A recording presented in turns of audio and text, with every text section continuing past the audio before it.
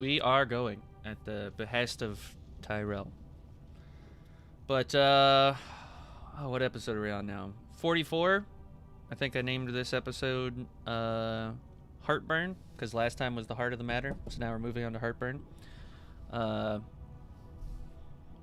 But, as always, we will start with the fun facts to get to know you and your characters a little bit better. Because Jared forced us to start in the way that he did, and he's such a selfish creature in that he makes us do Talespire instead of just telling a narrative story. I'm going to force you to answer the question first, which I know is also against your character's. It's like his weakness is improv, is kind of his weakness. I don't even have a question, so that my weakness is showing. Oh, here we go. Right now. This is gonna be great. Yeah, so I'm just really at a loss for what I should ask you, but I want it to be a hard question. I don't want it to be one that you'll immediately know an answer for. Ooh, I have the perfect one. If you are going to ask Tyrell a question, like you, yourself, Jared, was going to ask Tyrell a question, what question would it be? I'll go. Go ahead, Wait, Cameron. is this what everyone's gonna get the prompt just for Tyrell or their own character? No, it's all going to be a question at you, Tyrell. Oh, great. Can I trust you with this book? Do I need to answer as Tyrell? You do need to answer as Tyrell. Oh, Tyrell says what book? It's an accurate answer. Do you still maybe have said book?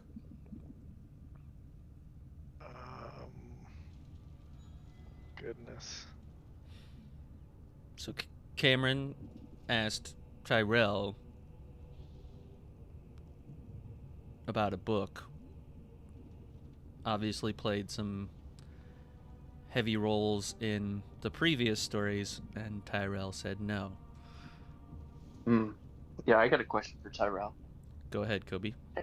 Have you considered changing your iron hand into a silver hand to help better fight off the curse of lycanthropy? Is this Detective Easter asking? Yeah. Oh. I feel a little weird that being asked to have a more expensive piece on my person from, of all people, Easter. You can't put a price on not being cursed. I could. I don't know. How bad could a curse be, you know? I mean, lycanthropy is pretty bad. Oh, that one's pretty rough. Yeah, maybe I should think about his question, and that might be kind of nice. Yeah. I mean, you guys got money. You could exchange gold for silver, or... I don't have a lot, but yeah. Like Wait, you said, you guys I are can't getting put a paid? price. No. I can't remember the last time I came into any. Yeah, I don't know how you guys do it. You barely eat. You barely sleep. You guys are just running on fumes constantly. I don't even. I shut down whenever I can. I don't even know why you guys stick together or where you're going or what you're doing in life. You just float from one thing to the next. We have no sustenance or rest. Like we may not even actually be in the belly of a dragon turtle. We may just be delirious as shit, like in a desert for all we know. I've heard you start to hallucinate. Back in. I can't use. No, this is not a dream. It's very real. So you say. Ian, Sailor Sun, Soul, do you have a question for Tyrell? Yeah. I do have a question. How far did you get into school? Because you only kind of seem to know to do something kind of with a rope. Fair question. I went. But the teachers didn't really, they didn't speak to me well. I mean, they spoke plenty, but I mean, it was all audible. I remember being forced awake a lot, so it was hard to retain anything. I'll You be need a honest. visual. Yeah, that would have been quite helpful. It would have been helpful for me to realize that's what I needed to understand back then as well. Yeah. What do you think when you're working on hands-on? You would imagine that you need to craft items and invent things would maybe have some labs, some hands-on experience, but it was all just theoretical, so it was over my head.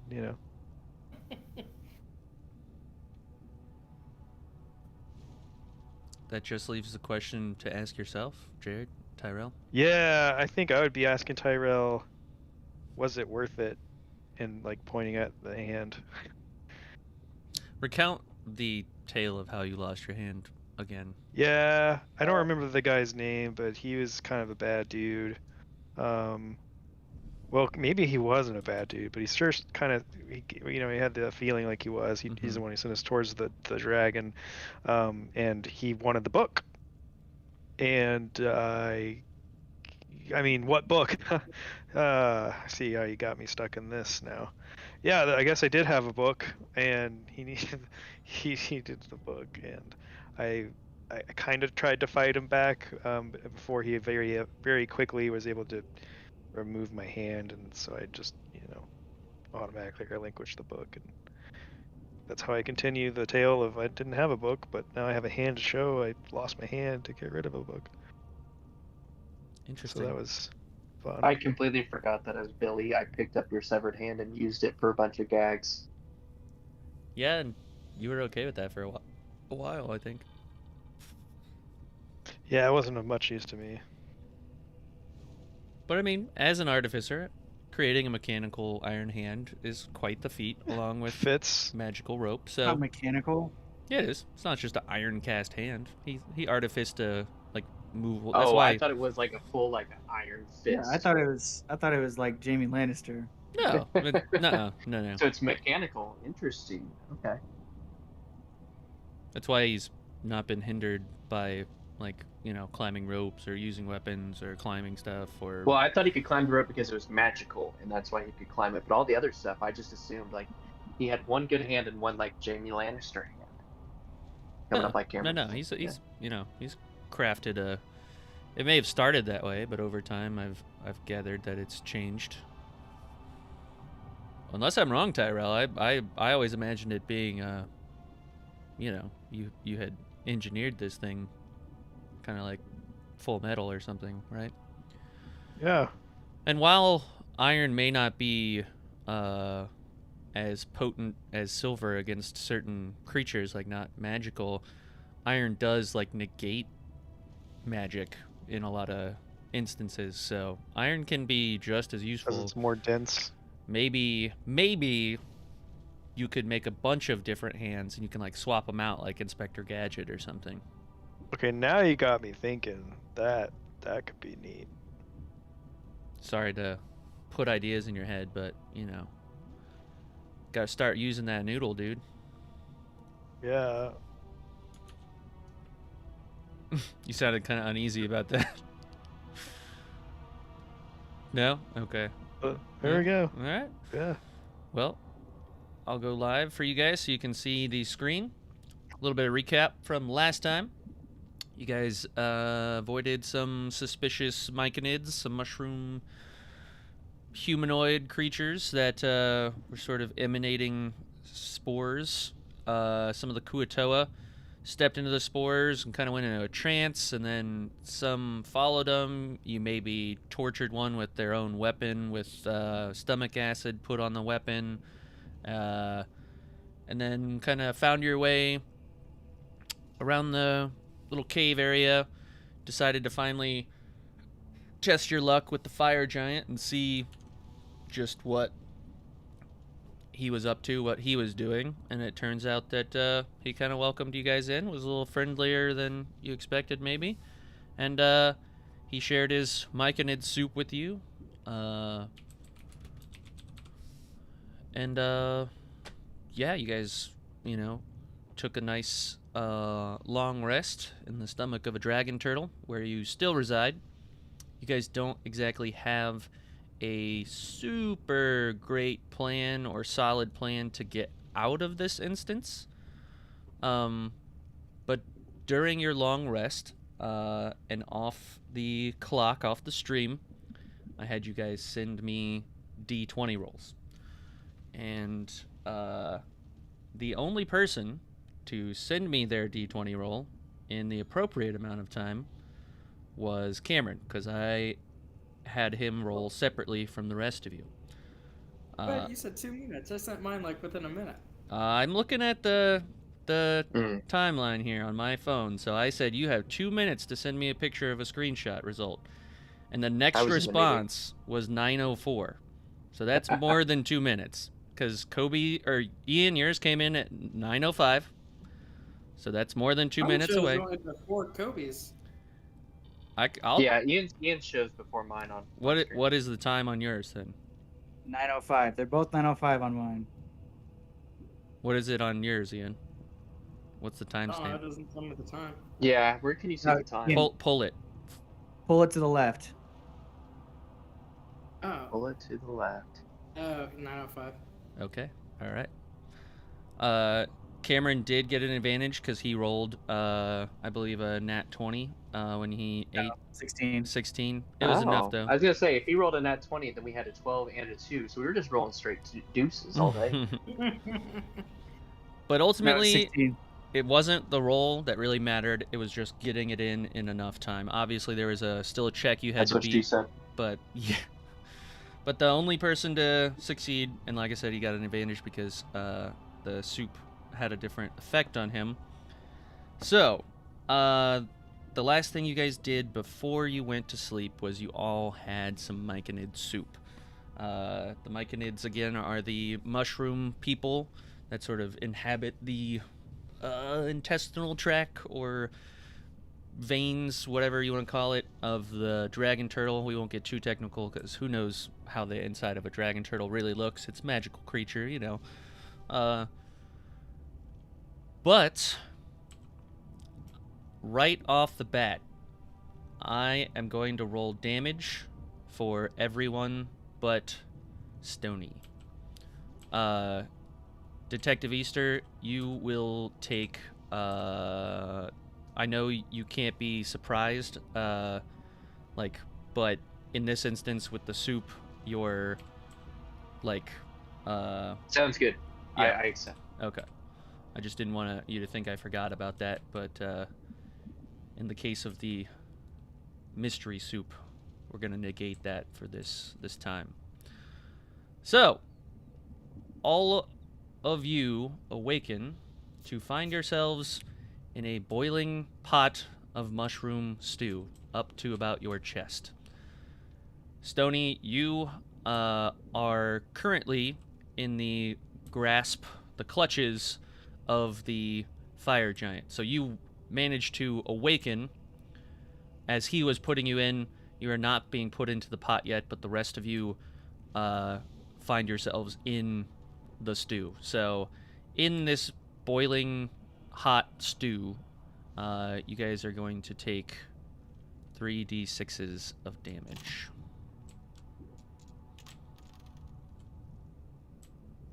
Wow. Oh, that fell off. It doesn't count. Oh, okay. If you want me to roll No, I'm again. just kidding. Actually, no, wait. No, take it. That's a pretty no. low roll, so I don't mind that at all. I didn't say that. I think I forgot a die in there, too. Wow. I'll take that one. Yeah, I'll take that Wow. I just roll like garbage. There's nothing I'll never do. I mean, it's not. Is it like a soft boil? I guess. I mean, I would assume being dropped into a boiling would do more than that, but, I didn't expect to roll so low. But that's okay. That's okay. Do we have a chance to attack, or are we all in initiative right now? So your initiative is going to be determined by your rolls. So. Oh, okay. I did really poorly. Tyrell. But do I still get my extra bonus for my initiative? You do. Bonus. So mine's a 7 now instead of a 2. I don't think that helps, but. Tyrell, I will need you to roll a die because you didn't text at all. Oh, I just figured I'd get a 1. I'll be nice. But if you want to be a 1, that's fine. Yeah, let's just make you a 1. I was gonna say that makes more sense to me. Okay. He was number 1. He was Yeah. number 1. And you rolled a 16, so let's see what the fire giant rolls. Hey-o, rolled good for the fire giant. Fuck that. Pop quiz, does anyone remember the fire giant's name? Balthazar. Barbasol. Bulbasaur. All What you got, Ian? Excellent. That was perfect. Sure, that was perfect. that was good. Dead. When I said your improv skills were not your strong suit, I didn't anticipate you being so good on the spot there. So that was excellent. Yeah. He was doing I it can smooth. only impress now. It's great. I just Instead of sucked the bar. alchemy, he was doing his side gig. So, Balthazar just sort of starts the initiative here and beckons over the entirety of you and says, "Friends, stew." As he has Stony in his clutches and you guys in the cauldron. The first thing he is going to do is he is going to use his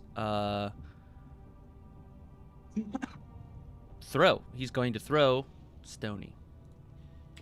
Stony, he is going to roll a d20. And then he's going to add his strength modifier. Yeet into the lava. Which is 17. What was it, a 15? Okay. So, he is going... Modifier 17. his modifier is 7, so... Oh, I was like, God So damn. Like, well, But I it's rolled a nice 15. knowing you guys.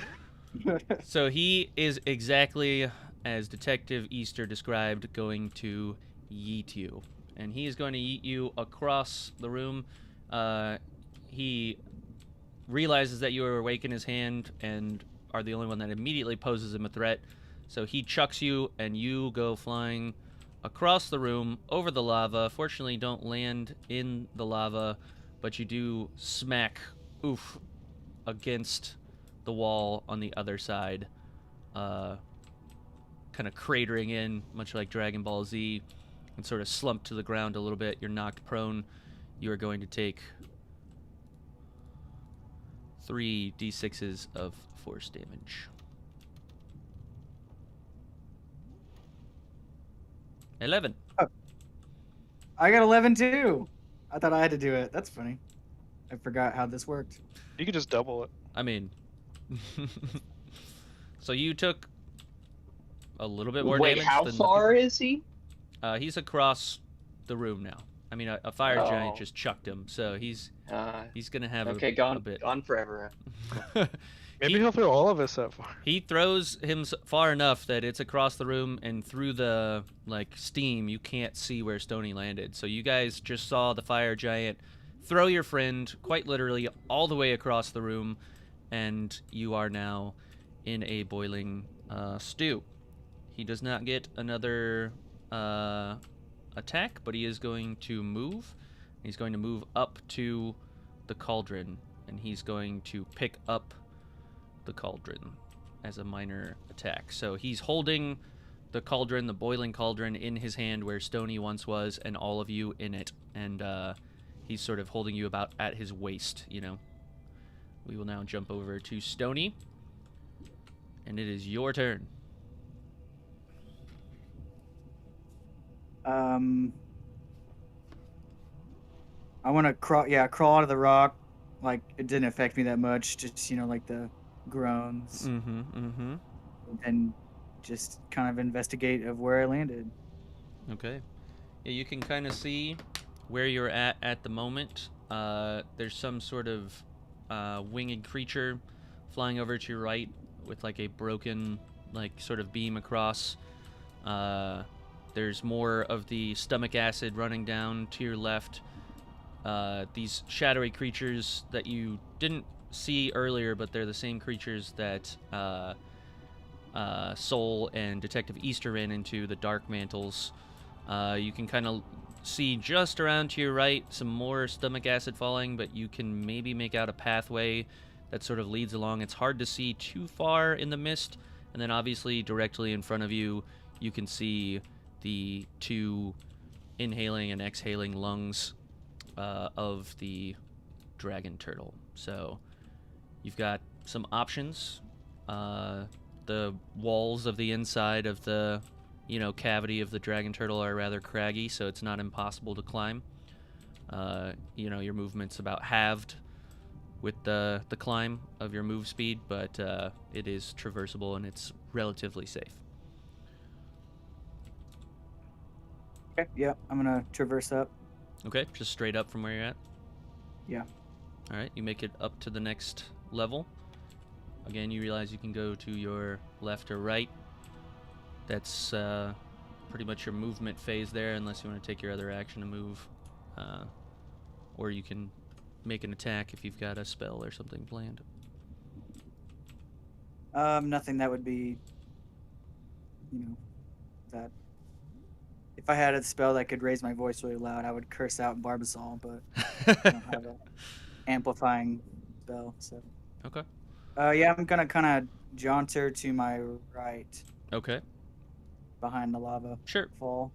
You make it just behind the stomach acid, and that'll be about the extent of your 2 movement, double the climb distance, but those are your 2 distances. And we will jump over to Soul, which I believe rolled a 12, right? Yes. So, Soul, you find yourself in a cauldron, boiling hot water. You're going to take another turn of damage.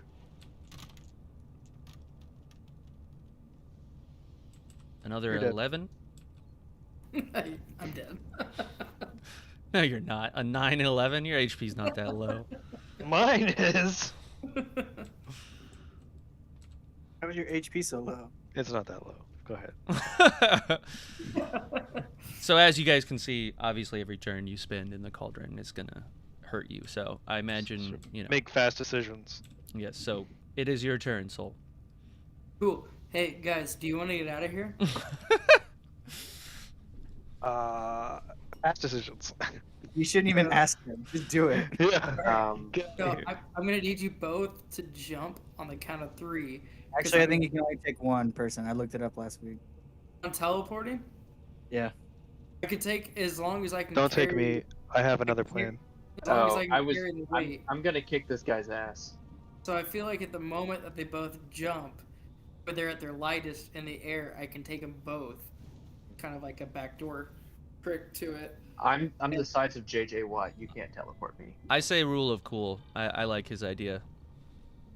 I'm going to let it play. Okay. But if you guys don't go with them, then you will take a shit ton of damage. Yeah. Heads up.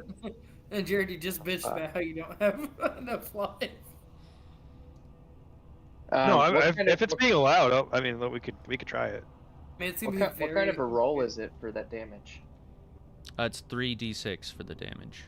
No, but what's the save? There is no save at this. I didn't build a save in for this one. You're in the cauldron. No, not the cauldron. His whatever Ian thing Thunder is. stuff. Oh. So I can go. My range is 90 feet.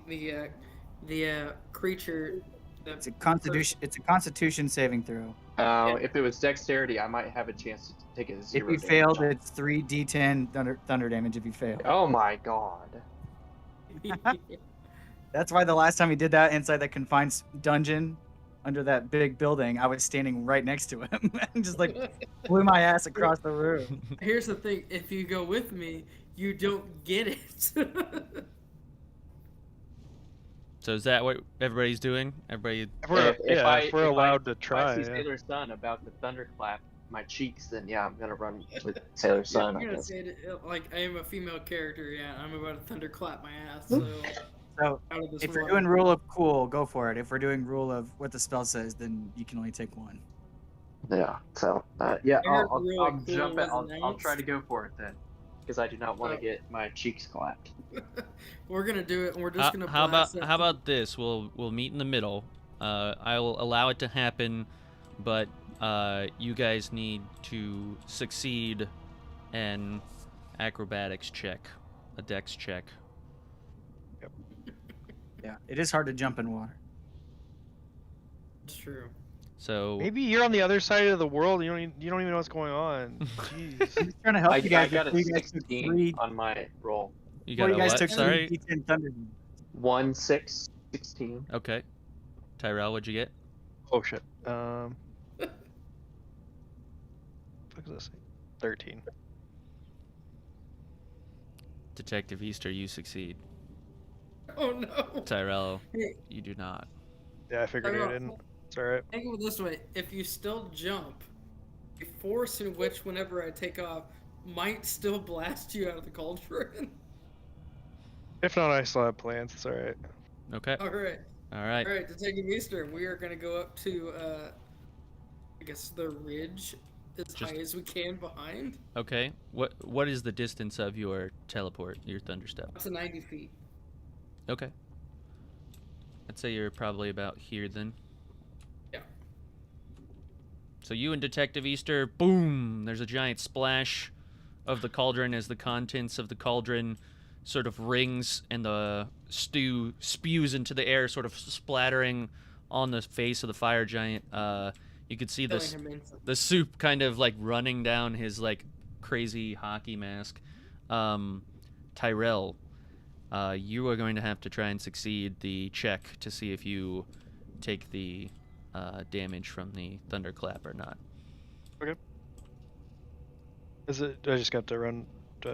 It's a D20, and I Save believe it. it's a isn't what was the check again, Soul? It's Constitution saving throw. Perfect. So it's probably like what 13 is usually at this level. I got Yeah. I got a 22 on that.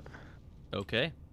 So you, in fact, are knocked out, and I think you succeed. That means you take half damage instead of the full damage, I believe. Yep. So you do get knocked out a little bit. You kind of fall to the ground, but only about, half the distance. You kind of skirt to the edge, and your arm kind of like falls over the edge as the pebbles fall down into the stomach acid, and you stop just in enough time. So what was the... It was 3 d10s, so roll 3 d10s and then half that. Is the giant within 10 feet of the pot? The giant is indeed within 10 feet of the Yeah. pot, so he will also need to roll. Yeah. And his constitution is +6.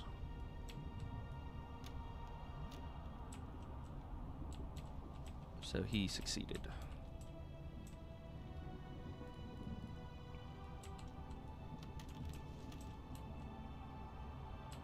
Okay.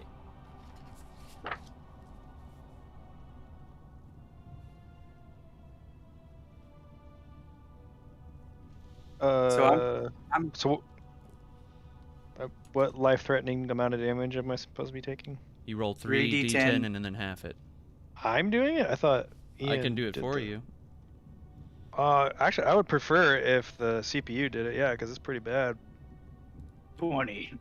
Just kidding. Yeah, Christian's gonna get his best roll. Somehow. 18. Fuck. Same as I Wow. got, so 9. yeah. And so I'm behind a lava water fountain or Mhm. waterfall, and I hear that massive boom. You do. It sort of echo Do I- through the chamber. Hope I don't touch the waterfall. Just smack yourself in the head, going, "God damn it!" Jesus Christ! Like, oh my God! Clean up my dice here. Okay. That then, Soul, it is still your turn. All you did was thunderclap so far, so you do have a movement if you'd like to take it, since you used your action. I guess I'll go as far to the left as possible. Okay. Okay. You could have traveled 300 feet away if you wanted to. You what? Your thunderstep. No, never mind. It That's can be how heard. far you can 300 hear feet it. away. So your movement's what? 30, right, Soul? Yeah. Okay. Yeah, you're about there then. You could go up if you wanted to, but if you just want to go to the left, that's fine. It's obviously a lot easier to go down as well, but you do remember to your right is what appears to be impassable surface where there's... Yeah, I'll be good. I'll wait for my boy DE. All right. Speaking of which, it is Detective Easter's turn. Okay. How far away am I from the giant? About 90 feet.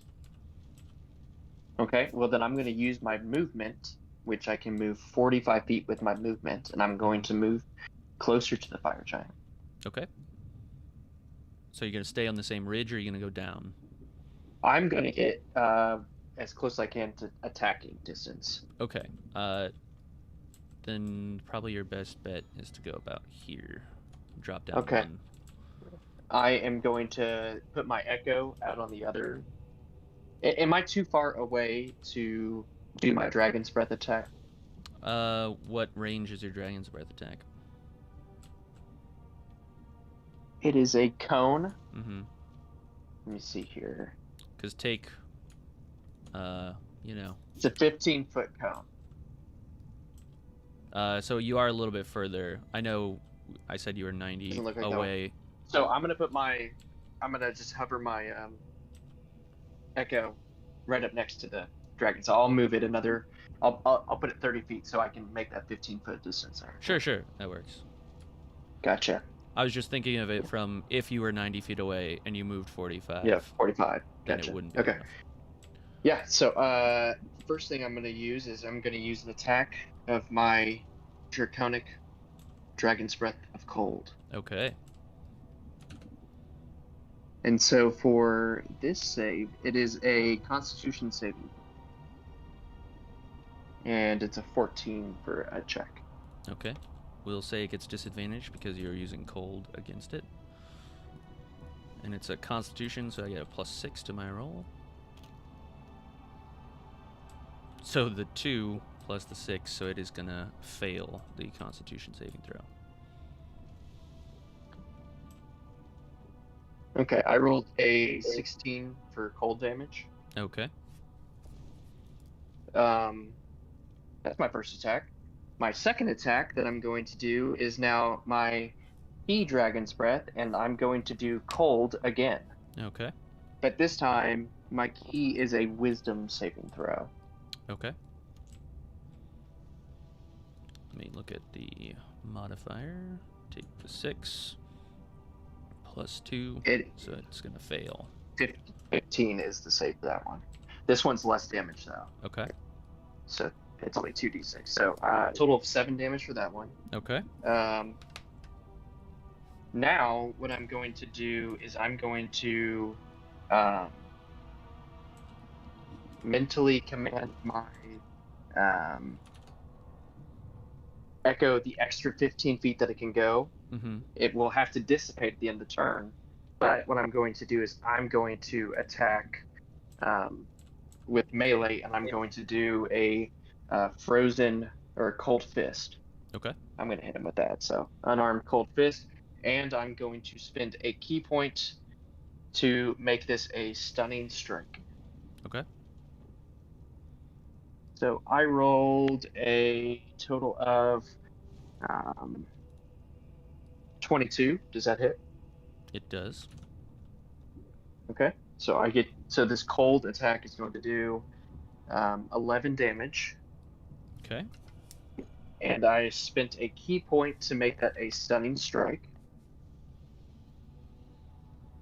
Does it have to now, succeed a check, or does that mean an instant success?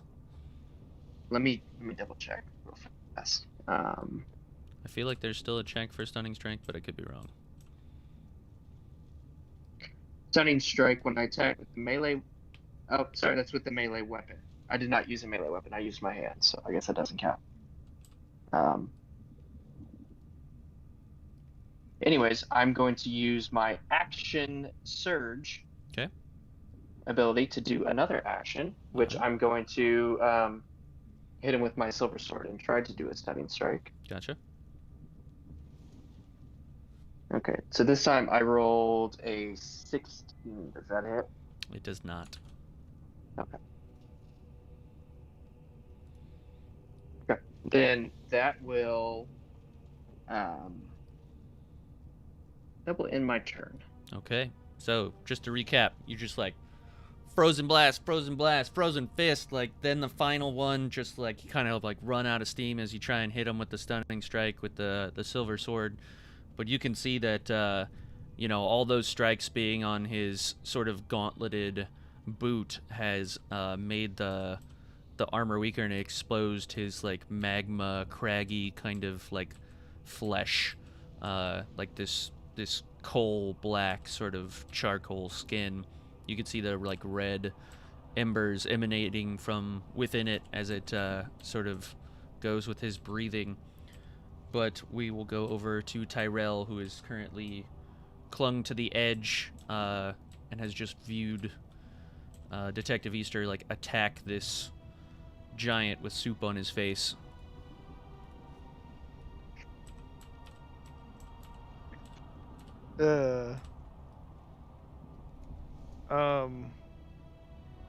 Well, I'm thinking about a joke I was thinking of that I didn't get around to, but I really wanted someone to help like call the health department and shut his restaurant down.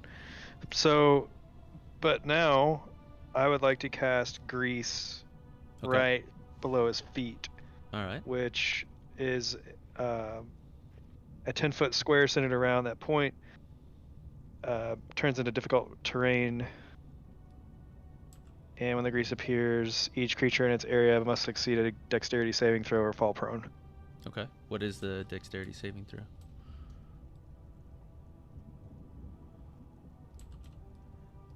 It's that. It's what? I guess it's gonna be, for me, it will be 8 plus your... Yep. Yeah.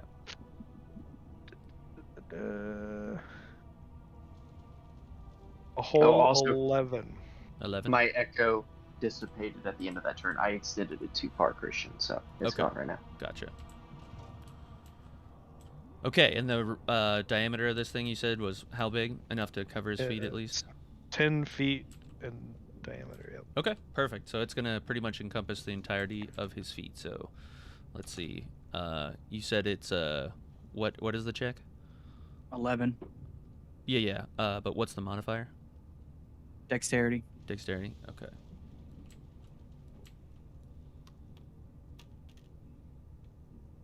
Ooh, he got a 16.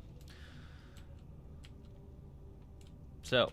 Yeah, even with the -1, Still succeeded. I thought his dexterity would be worse because he's so big. He does have a minus on it, but yeah, just thought it would be worse. You seem to see the grease, and it seemed to be a okay idea, but I think it's just the sheer weight of his size that's really kind of pushing the grease out. Like it's not enough. At least that's what you're seeing in front of you happen, but you still got movement if you want to take it. Bigger they are, the harder they fall. As I take sunglasses off. From across the cavern for no reason. Song. Oh. What you want to do, Tyrell? You want to move, or you want to stay where you're at? Did we lose Tyrell? It's just... Think quick. What do I have options left? Only movement?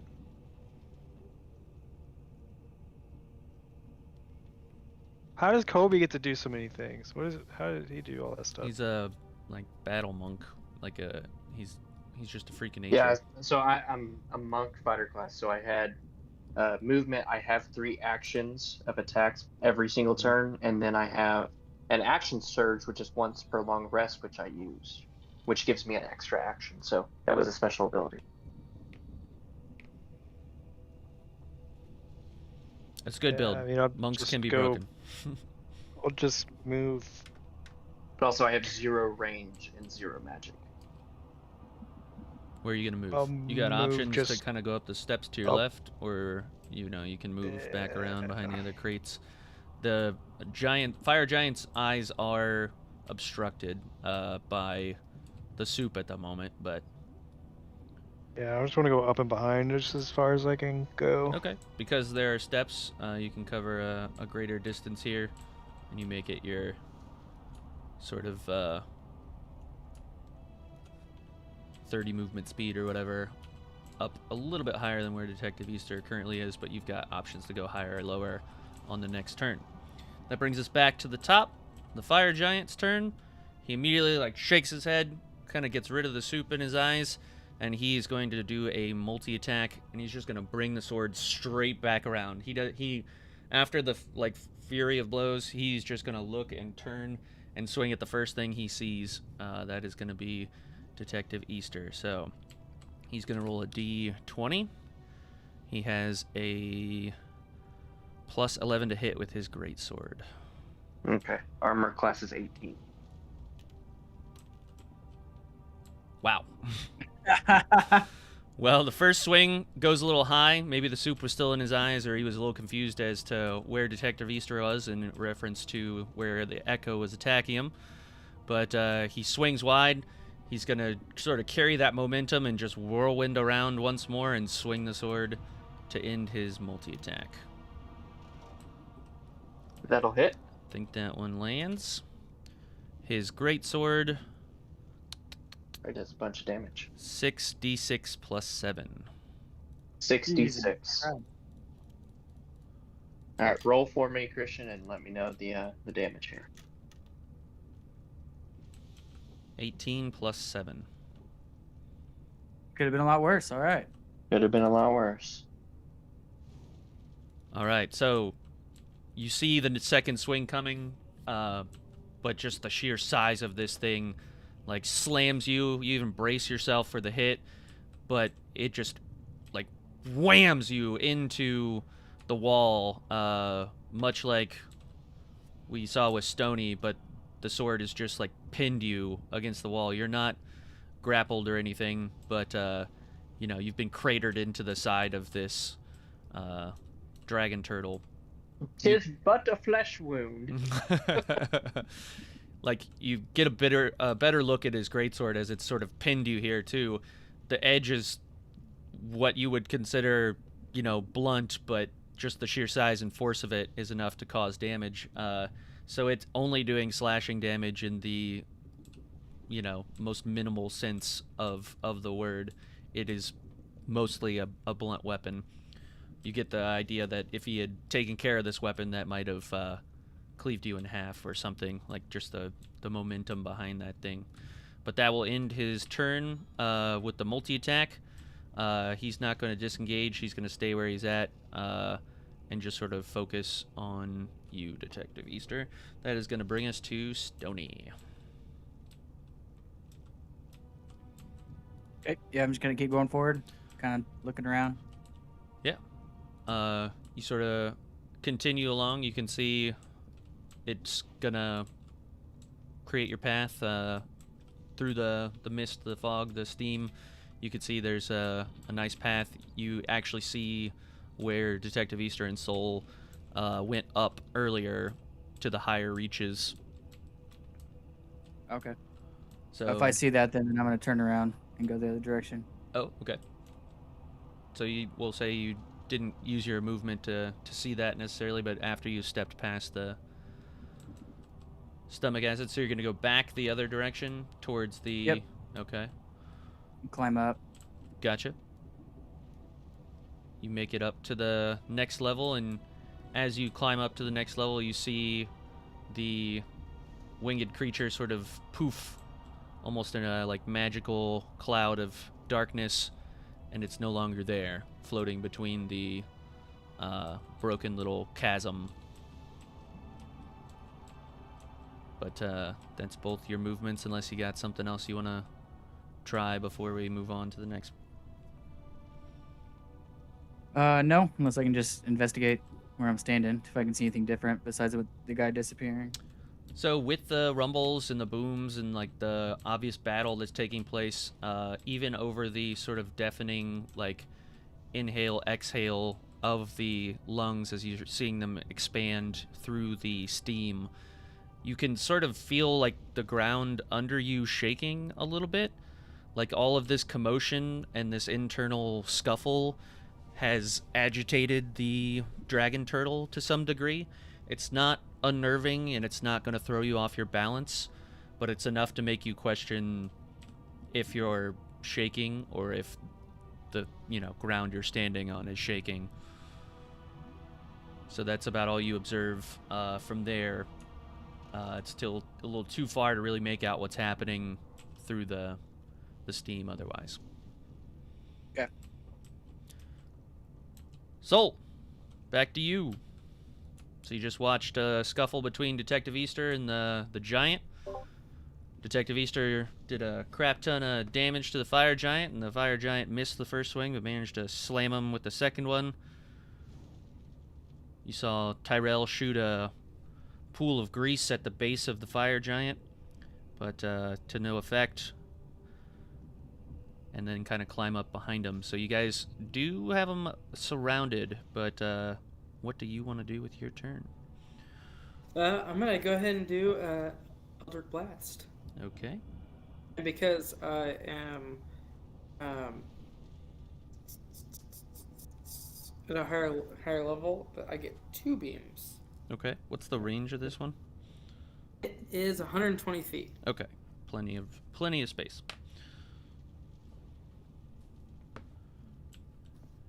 And I imagine there's a check I have to do to see if I take full or half damage. 1d10. And is it? I hit. What is the check on it? Check.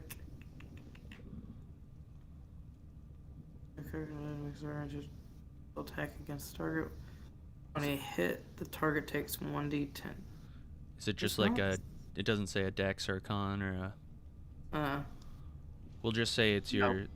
We'll just say it's yours. There's no check. Okay. So it's just the D10, huh? And then you make a separate roll for each beam. Okay. Right. Since there's 2 beams, so you have to do twice. So first one, 9, just short. So first one's gonna land. Second one, 7, even shorter. So both beams are going to land. Full damage. What's he taking?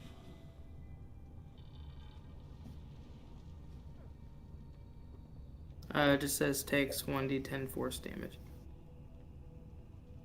Yeah, so you roll your d10. Okay. For the first beam, roll your d10 for the second one. So the check and the beam's damage are the same. Mm-hmm. It's kind of weird. Yeah, that is weird. 7 and a 2. It may be a more precise thing, like either Yeah. you got hit by it or you didn't get hit by it. Oh, I can actually hear the sound right now. We got some banging music going on. Yeah, it sounds good. It's just usually I'd roll a d20, but if I roll a d10 for the check, that's a cool one. There's no check.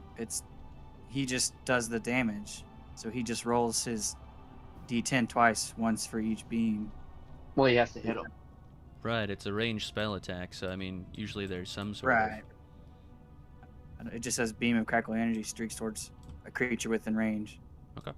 Then it's probably just the spellcasting modifier versus the armor class. Yes, it's a ranged spell attack, so whatever.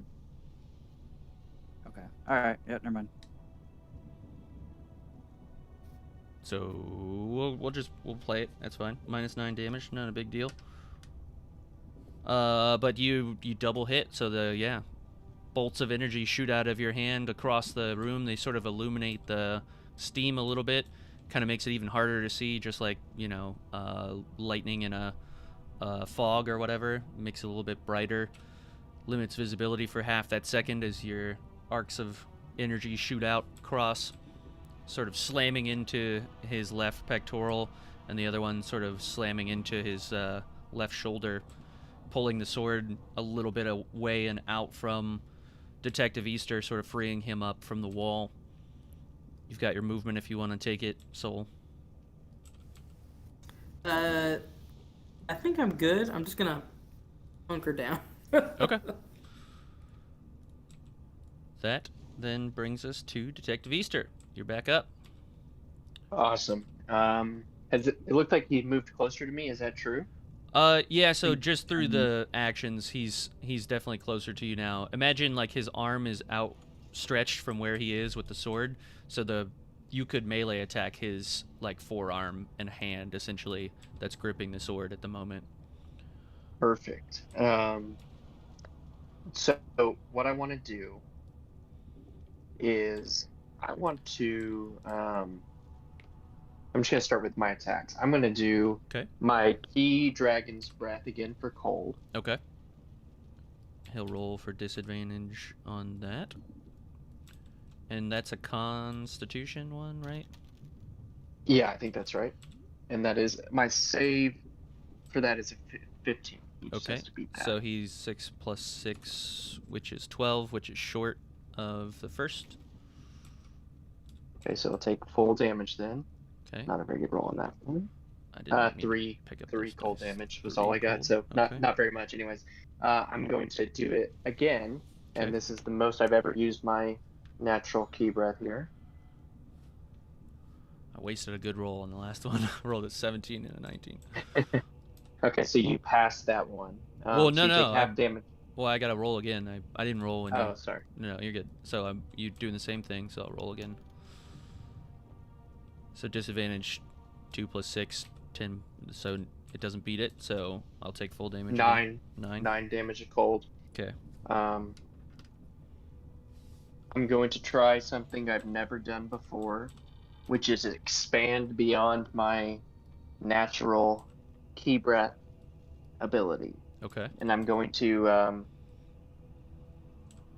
spend an additional key point to use it once more. Okay. So, again, a cold breath here. Let me roll. 14 plus 6, so that'll take half on this one. Okay, so that roll was a 10, so he takes half cold damage.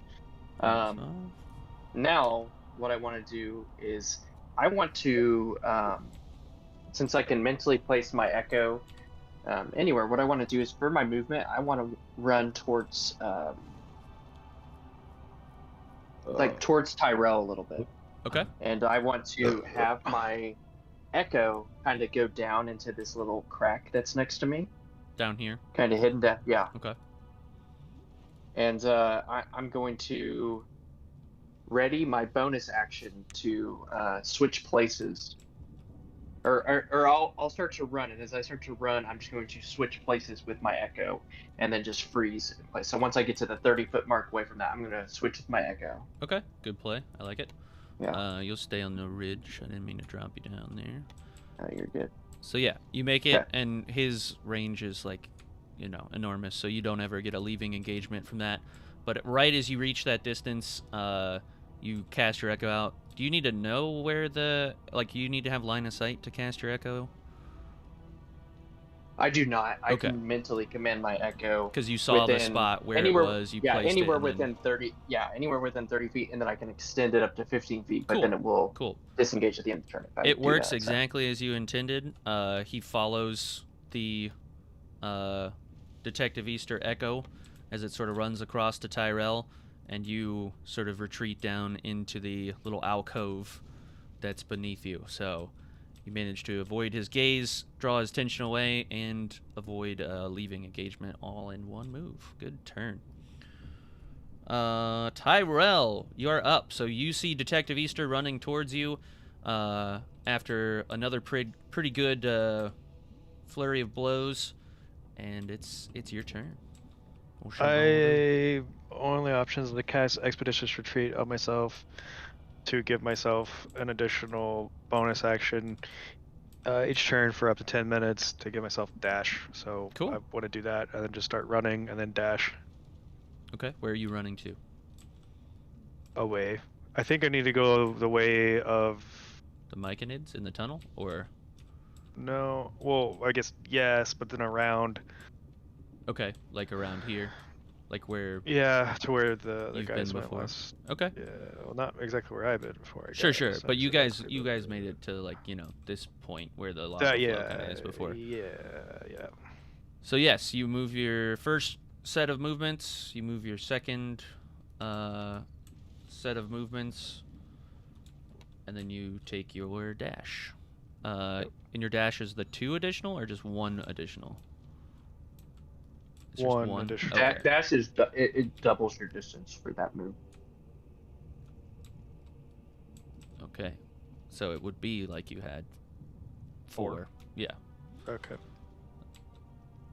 So you make it into the sort of alcove here.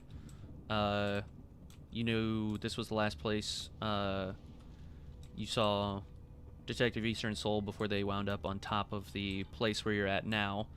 So you know at least that moving forward there is some way, some path that can get you to the same place they were, but you're not quite sure where it is yet because it's still around the corner. So cool. We will jump back to the Fire Giant.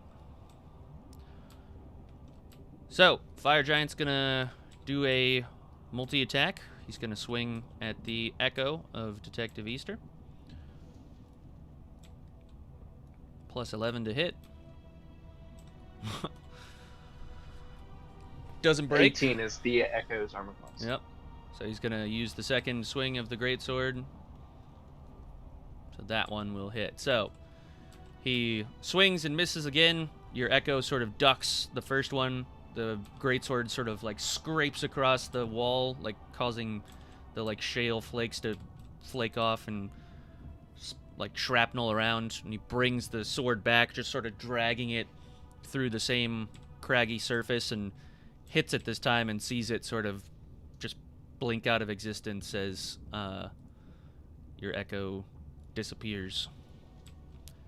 And now he's kind of at a loss. He doesn't realize what he just saw, but he's used his attack and, you know, sort of moves to investigate a little bit the surface that he's just raked his greatsword across. Stony, we're going to jump back over to you.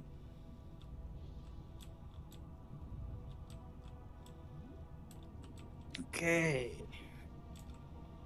I'm gonna head that direction down to that lower level where I could jump, but I'm gonna look to the left a little more to see if there's anything else that direction. Okay. Yeah, you make it out onto the pedestal, giving yourself a little bit better of a vantage point.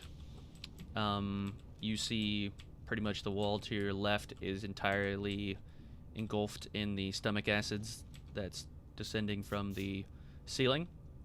It's not quite as bad as other spots, and it does sort of thin out in some sections, but all the gaps seem about the same size as the one you'd have to clear up here. There is one real low down below, you know, like this here, that might provide a little bit easier of a jump, but you'd obviously have to traverse downward to get to it. And back behind me, I mean, is there anywhere to go up there, or is it just to the...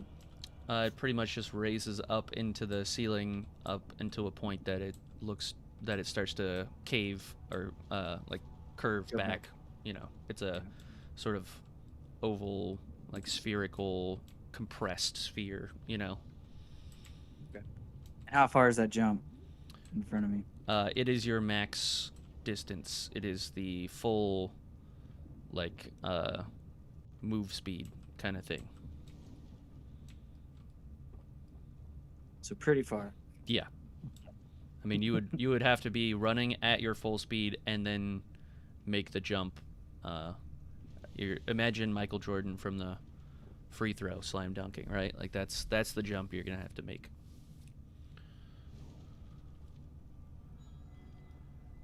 You feel like your jump would more likely land you that you would have to plan to cling on to the side more so than land on your feet on the top of it. And while the surface is grabbable, you don't know the impact of you hitting that, if it's gonna, you know, stay strong, or if you're gonna be able to grip it, or what the case is. Right. You think to yourself, you really wish there was somebody here with a rope.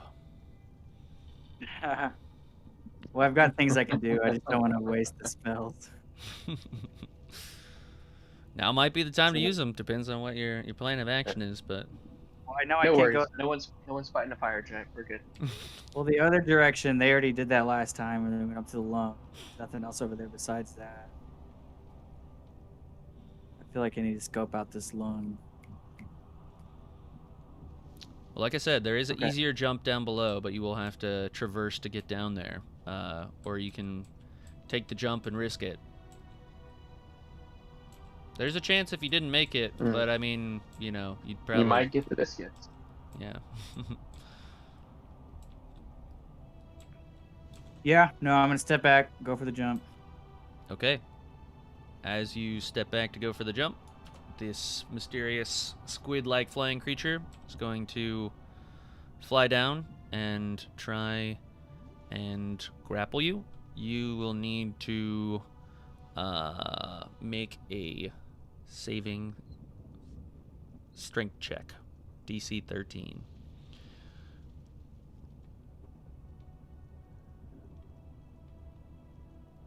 That's just a 20, right? And then I add my modifiers? Yes. 20 plus your strength modifier. Yep. Which I think I tied with you. Yep. 13. Well, tie goes to the defender, so you manage to fight it off. The thing surprises you, kind of poofs out of nowhere through the steam, reveals itself. You manage to sort of put your hands up to stop this thing from engulfing you, and it's like squid-like web. And you kind of throw it off of you, and it falls off to the right and poofs away in that magical cloud of darkness once again. These things seem to hit and run real quick. Like, if they land, they're going to stick. If they miss, they're going to flee, kind of thing. But it's there, it's gone. So despite that, you still have your jump ready if you want to try and take it. Would I still be able to use a spell then? Since I moved to get down there and all that? Counts as an action. Oh, you did move down. You would just have a spell, essentially. You could prepare your spell for next time if you would like. Yeah, no, I'll just hang out. Okay. Until I can use both a spell and a movement. Okay, all right. All my devices available. Yeah, probably the best for a jump like this. Soul, you are up. So the giant has moved a little bit further away. I'd say still within range of your attack, but pretty damn close to being a little too far for what the Eldritch Blast was 110, right? 120. 120. Okay, yeah. You're still within range, but it's any further away, and I think you'll have to move up a little bit, so. All right, I'm going to blast again. I'm going to try and aim, like, at his eyes. Okay.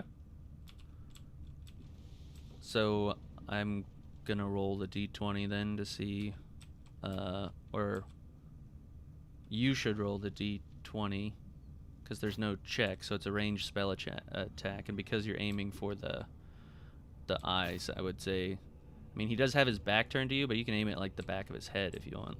Oh, yeah, that's true. Yeah, so I just rolled a 16. Okay. The 16 isn't gonna hit his eyes, because his armor class is 18, but we'll say because it is Eldritch Blast, it is gonna, do its damage. And there is no saving throw or anything, so it's just the 1d10 of damage, right? Right. 2. Okay, so you send the arc of energy out, and it sort of crackles through the air, once again flashing the steam in the air, and it sort of hits him in the back of his, like, iron, like, head faceplate kind of thing, and you hear, sort of a grumble or a moan, from him, kind of rung his bell a little bit. He sort of turns around to see where it came from. You got a movement if you want to take it, or you can stay put where you're at. I think I'm gonna like move forward into that little pocket crevice. Yeah. Okay. Yeah, you still got line of sight. Out of his eyesight. Oh, okay, yeah. You can move a little deeper if you want to try and move out of his eyesight. Yeah. He does see you. He knows where you're at, but he can't like see you at the moment. Detective Easter, you are up. So he does not know where you are at currently. He killed your echo or whatever, but his attention is on the last known location of Soul. Awesome. I'm going to kind of prone around the edge a little bit and just see out to where I can Sure. get a close enough estimation of where I think he might be, or if I can even see him. Yeah, through the sort of uneven slats of the rocks, you can kind of peek out enough to see his feet, while the angle of where he's looking down kind of conceals you enough, so you get a pretty good look of where he's standing. It's not hard to tell. Awesome. I'm gonna put my echo 30 feet out and try to get next. Okay. Totally possible. No issues there. And it's we're gonna go for first one of a silver sword. Okay. Swipe. Go ahead. I rolled a 18, but that ties, doesn't it? It does tie, so it's gonna go to him on that one. Okay, I'm going to hit again. Okay. With silver sword. Okay, this time I did a little bit better with a 21. All right, that lands. I'm gonna do a total of 13 damage. Okay. Okay. Now I'm going to use a. Let me see here what I have. I have. Okay, I'm going to do another attack with the silver sword. Okay. Okay, this time that's going to miss, but I'm going to spend a key point and do flurry of blows. All right. And so I'm going to do 2 unarmed strikes, and I'm going to make those cold strikes with my flurry of blows. First one is a 19. That lands.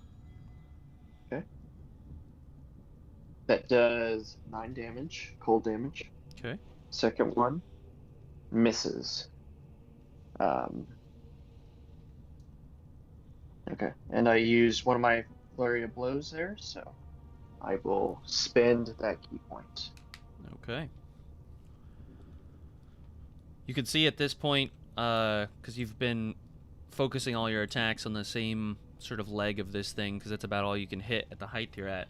But you can see that you've crippled his leg. He, through the frost and everything, just over time, it's starting to look kind of like pale blue, like the magma and the red glow has sort of stopped, and it's almost ceased completely, as his sort of charcoal flesh is starting to become what appears to be like brittle on the outside and pale in color.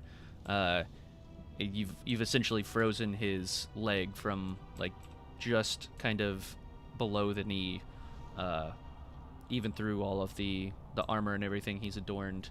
It's going to hinder his movement quite a bit. So, but you can see the damage you're dealing is taking a toll. Is what I'm getting at. You said that'll end your turn, or you want to do something else? Yep, that's when I use that action. The only other thing I can do is a bonus action, or but I'm not going to use a bonus action, so okay, that'll just end my turn. Tyrell, you are up. You still have your dash abilities at play here, so where are you going? Then I'm assuming I'm going to need this. I want to go ahead and cast Spider Climb on myself. Okay. That's good for up to an hour to allow me to move up, down, and across vertical surfaces and upside down along ceilings. Sweet. Cool. And gain climbing speed equal to walking speed. So you could pretty much go anywhere then with your dash and the... I think I'll take a nap. No,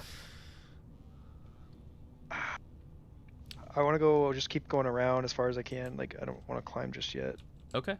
That I know of. It's, even with the spider climb, there's not really any path that would lead you faster across. So I would say with there's like 1 movement, 2 movement, and then you're going double that distance. So you're to the lava cascade here. Yep. Okay. Covering some distance. Fire giant. Back to the fire giant. So obviously, the first thing he's gonna do is just gonna try and pick up. Well, no, he's just gonna swing. Just in pain, just gonna swing the greatsword again at the echo here at your feet. Multi-attack. 4 plus 11, not enough to break. Nope, 18. 13 plus 11 is enough to break. So that'll do it. He just sort of, in anger, slams the greatsword down, like brings the sword over his head and slams it right down on the echo, just in another like exploding spray of the like flaky rocks into the air, and the impact of this weapon hitting the ground. And he sort of lifts the greatsword up just enough to see if his hit landed, to once again no avail, just nothing there whatsoever. You can hear him, everybody can hear, as he just lets out a bellow of anger, like across the entire chamber, sort of echoing off the walls, just...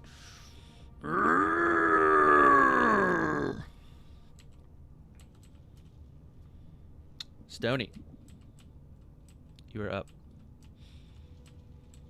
Okay, I am going to make my best, biggest running jump ever, and then have a spell ready.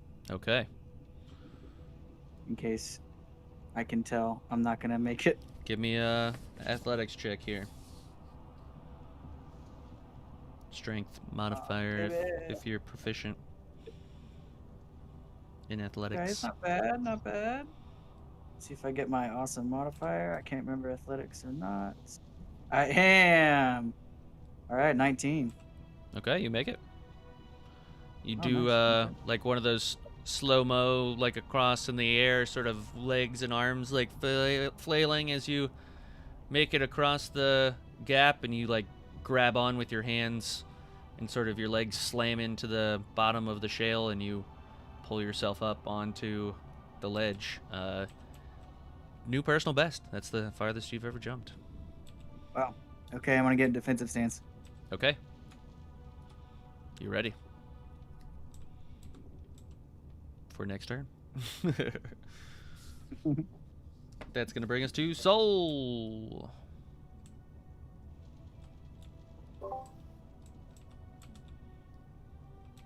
So I heard someone has a hurt leg.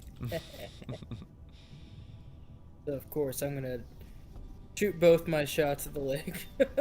Okay. You will have to move up from where you're at, kind of expose yourself and forward. Yeah. In order to get the shot can on the leg. Change it and do my movement first. Yeah. And then do my. Mm-hmm. Okay, I'll do that. So you move to where he's Although got that will the. leave me exposed. Yeah.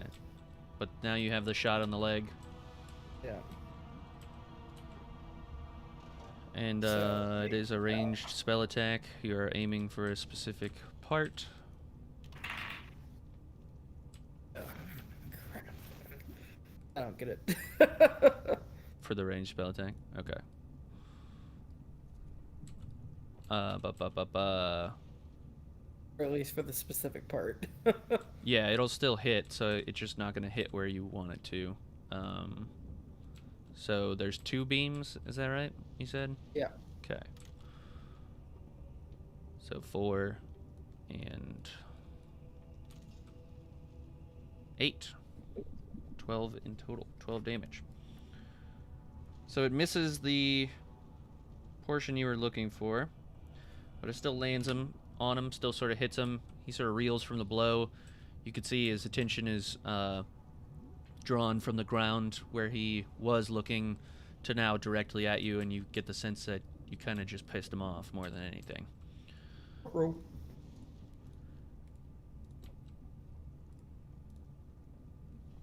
Detective Easter, you're up.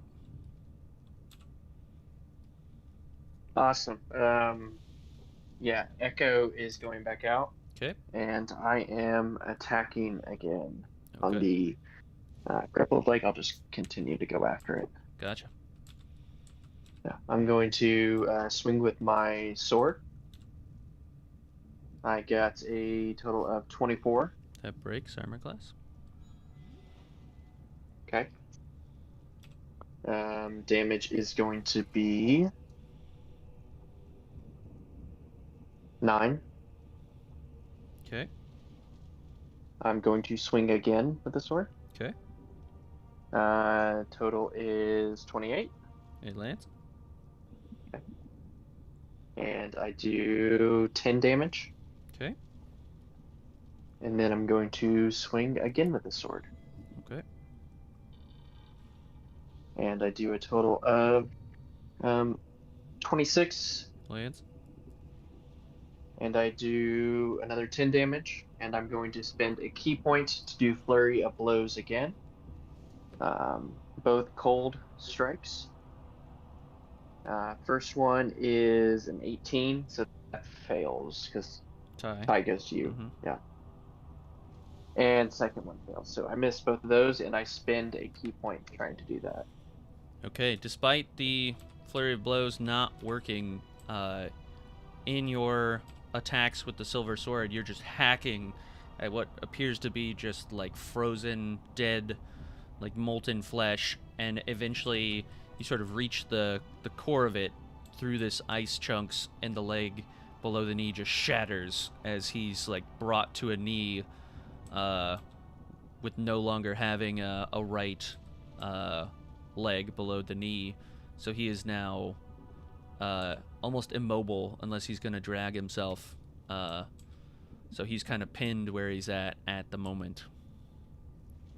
And you can see he's in a lot of pain. Like the pain of that is blinding even. He's just wild, in a rage, clearly labored breathing, gonna cause a lot of blood loss or lava loss. I don't know. Fire giants, I have no idea what they bleed, but hey, we gotta downsize this guy because friend's going to stew apparently, so his ass going to the stew after this. That brings us to Tyrell, who I believe still has all of his nice spell abilities. All right. I'm gonna keep trudging forward. All right. You, in your first movement, close the gap no time at all. You see Stony on the other edge, and you're able to traverse the gap if you'd like. Your movement's doubled, so it's a walk in the park for you. Oh, really? Mm-hmm. Like, I just know that that's no problems. I mean, you're essentially like a giant burst of speed, so you know with the added speed, your jump is gonna go twice the distance. So, I mean, okay. You've also I got. really wish I should have saved my spider climb. But well, I mean, your spider climb still gonna probably come in handy here. Yeah. All right. Well, if that works, I'll just yeah. As long as I don't knock him over. No, you're fine. You jump and you use the spider climbing. You sort of grab onto the ledge and just shimmy there we go. around That's even him. cooler. Yeah, and just sort of swing up onto the ledge. Do I get any looks like, who the hell are you? I mean, Stoney's never seen you move like this before, so it is a bit unnerving to see you just like what appears to be running at a normal speed with your legs, but the legs aren't quite like tracking with the ground. It's like when the momentum in a video game is like off, or like when the Hulk is running, like, you know, the CGI just doesn't quite match up with but this is magical in a sense, and your legs, while they're moving at the same speed, you're going twice the speed, so it's weird to see. Yes, it's strange. Oh, hey, did that stew give you new powers or something? Yeah, we can go with that. So you you have another one here, so that was... catch up as I yell as I keep going. So it's not my turn yet. So where are you going? You can sort of see around the corner and ahead of you. You see another gap to close, and those are even bigger ones across the wall. And there's a Golbat in my way. You're moving so fast, this thing doesn't have time to like magically poof away. It doesn't even like see you yet because you're closing the distance so quick. Yeah. Well, it looks like I'm just gonna go with towards that other gap to seemingly jump, since it's what we've done so far. So it seems like the logical next place to go. You make it to the gap, but not quite ready to make the jump yet. You see a little alcove down beneath you. Nothing really of interest down there, but it is like a little safe space. It looks like maybe the fire giant would have trouble getting in there. Speaking of the fire giant, it's going to be the fire giant's turn. It's fed up with Detective Easter, but it doesn't know how to remedy Detective Easter because every time it hits it, it just disappears. So it's going to like drag its wounded self as best as it can, as close to the rocks as it can, and kind of put its hand on the lower portion soul, and it's just going to take one swing with the greatsword. It's not going to get its multi-attack because its attack is labored, and it doesn't get to use both its hands because it's trying to support itself. So it's going to take one swing instead of two. 1d20 plus 11 to hit. So does 18 break your armor class? Barely. And then it is going to roll 6d6 plus 7.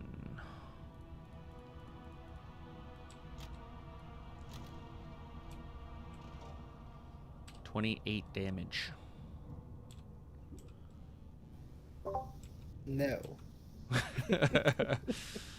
Yes. Yes. So as it sort of brings the greatsword down with one hand, you can see it just kind of uses gravity to help it as much as it can.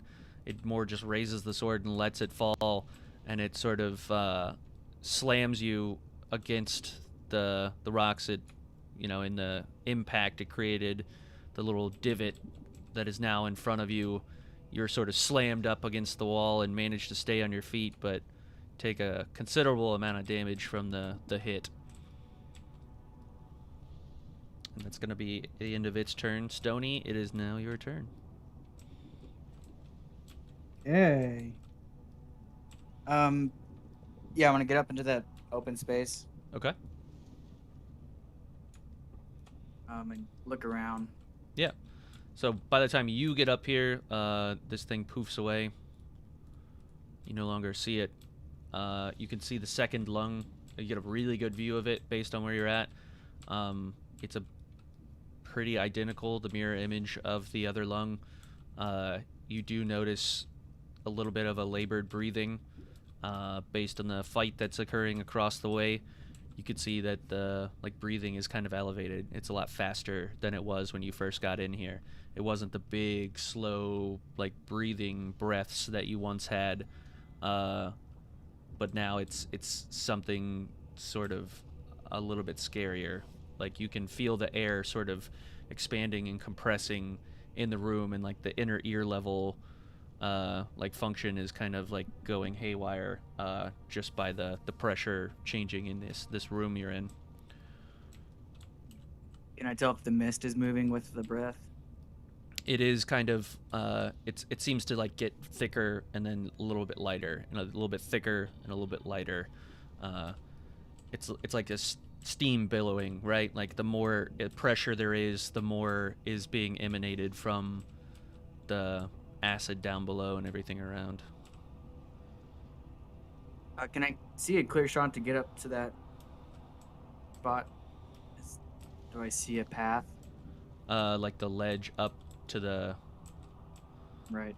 Not really. You see that there is a path that goes under it, but from where you're at, it's hard to see if there would be something leading up to it or if you'd have to climb. Gotcha. So just based on where you're at, it's hard to tell. It's not, you'd have to go over there to see for yourself. Okay. Yeah, I'm gonna go join Tyrell. Okay. You make it not if quite, you can catch up. Not quite to him, but pretty close. Does he taste my dust? There's not really dust in here, but he's Clay particles. He's tasting something. Mm. Soul, you are up. Is his sword still where it landed? It is. So his arm's kind of extended. The sword's like not quite like stuck in the, but it's in there long enough for you. Like his forearm is out and extended, so you could like run up the sword and onto his arm if you wanted. I was actually gonna use the spell Fly to lift the sword. Okay. All right. I want to do that and then drop it on his head. So explain to me how Fly works exactly. It's kind of like The Fly, I have to use an action, and because over the course of our adventure, I've been collecting small feathers that I find on the ground. I have to use that as a means, so I have to touch an object, and it can lift up to 60 feet. Okay.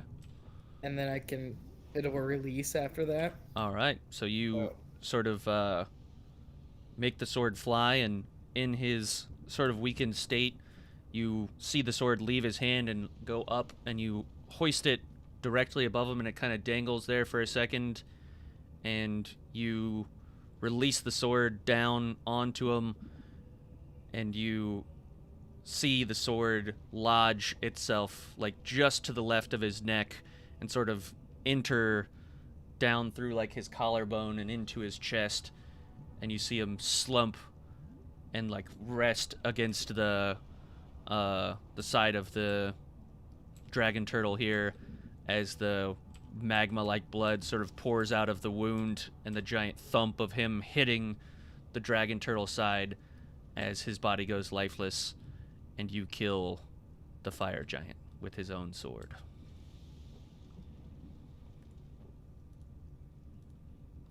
In my next movement, I will fall to my knees and go, "Oh God, oh, Ken." He only had 28 health left, and I imagine his sword was gonna do enough to kill him.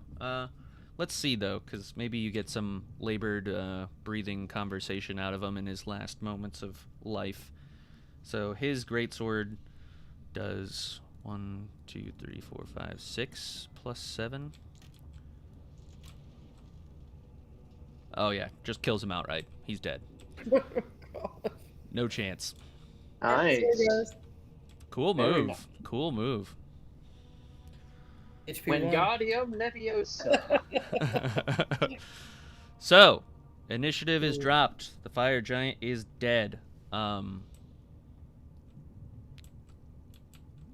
do you guys want? I'm gonna go cut up a piece of the fire giant and throw it in the stew. Okay. You're welcome to cut up the fire giant, but his rock is like skin is like rocky and charcoal. It's almost like Yep, there's a leg that I can work on that I've been working on. Yeah. You had to kind of find the cauldron. It did fall over. All the contents spilled out, so you will have to like refill the cauldron. But yeah, you start filling the cauldron with chunks of fire giant, frozen fire giant. Good. Soul, do you want to go down to inspect your kill? I do. Kind of make small conversation with the Detective Easter and just kind of relax. Sure. While you guys do that, we'll catch up with our other two across the way who still don't know what the giant thud was that just happened on the other side of the room, but it's not too dissimilar from the sound of the thuds you heard earlier, so you assume the battle is still on. But you guys have free movement now. So we can kind of fast track. If you guys were headed a specific direction, we can kind of, cover the distance and say you made it where you need to go.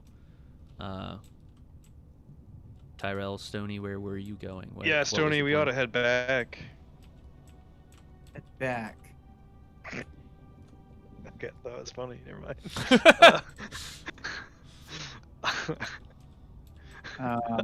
I don't know. I think we either need to find a way out or we need to start hacking at these lungs.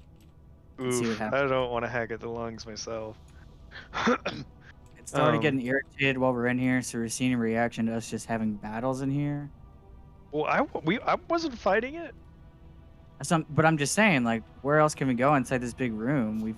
You already circled around the entire thing to get to me. What about over here? now- Did we look over here? There's nothing over there. Are we sure? I asked the. Oh, across the jump. Enter... That's the only direction is that way. So. Oh, well, I'm going that way.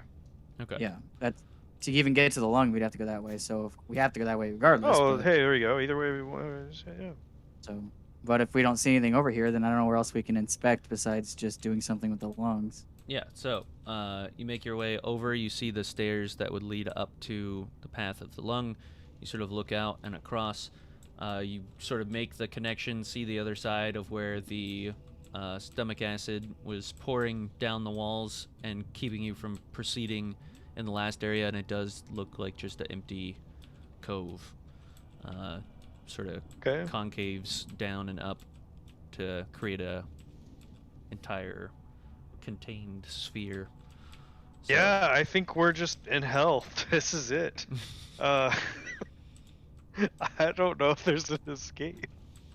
I mean, you guys do recall that through the tunnel where the Myconids are, on the other side, you observed the heart. So you're currently where the lungs are.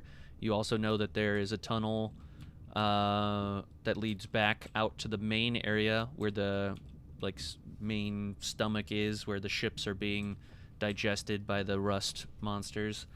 And you don't know if lowering the stomach acid or raising the stomach acid may reveal other tunnels or locations, but you also don't know where the Kuatoa have been taken by the Myconids or willingly went with the Myconids.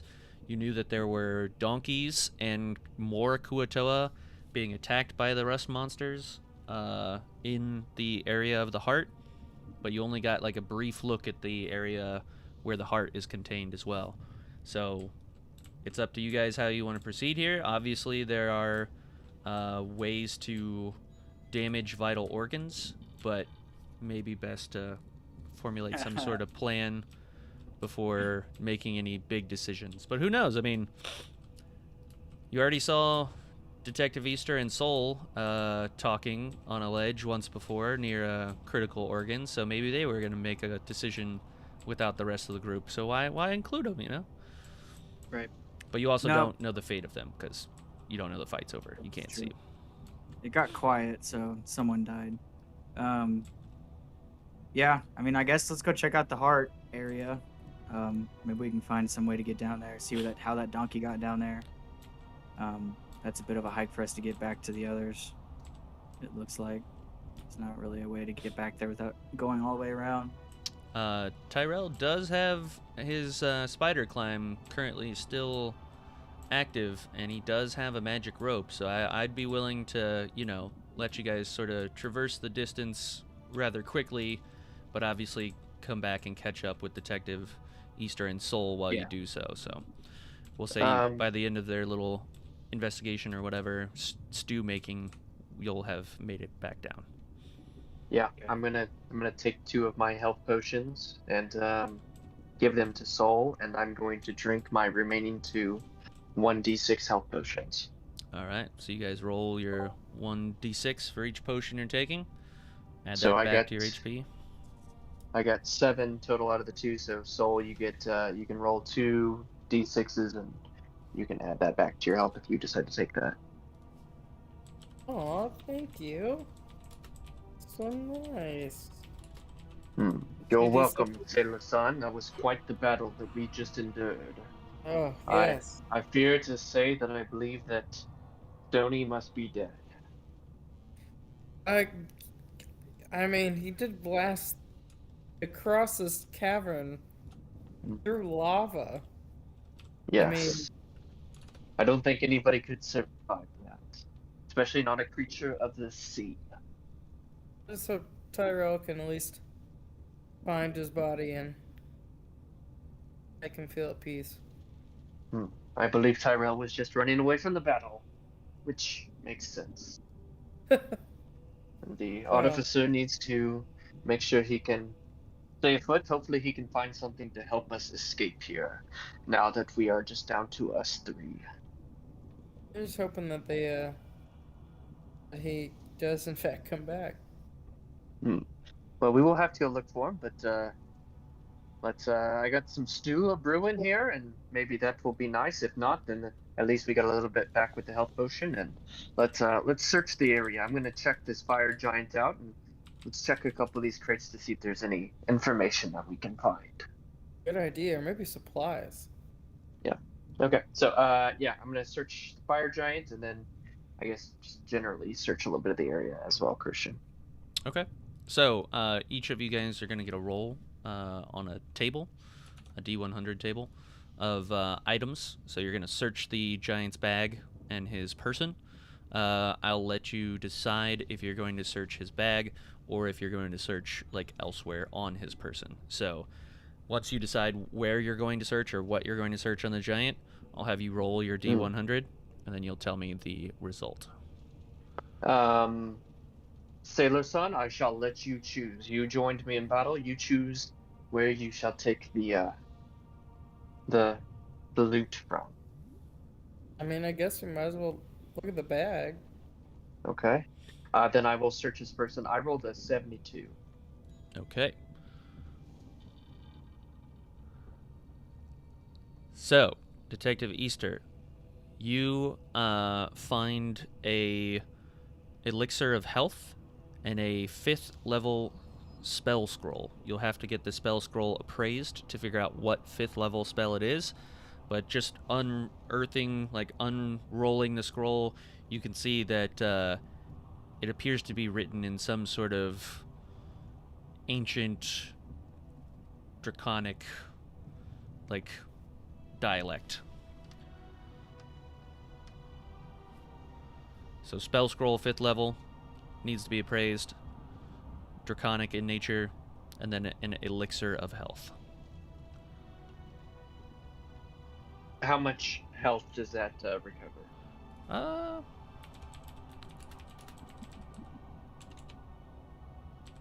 me see how much an elixir does. We'll say your elixir of health, it's gonna give you a full heal.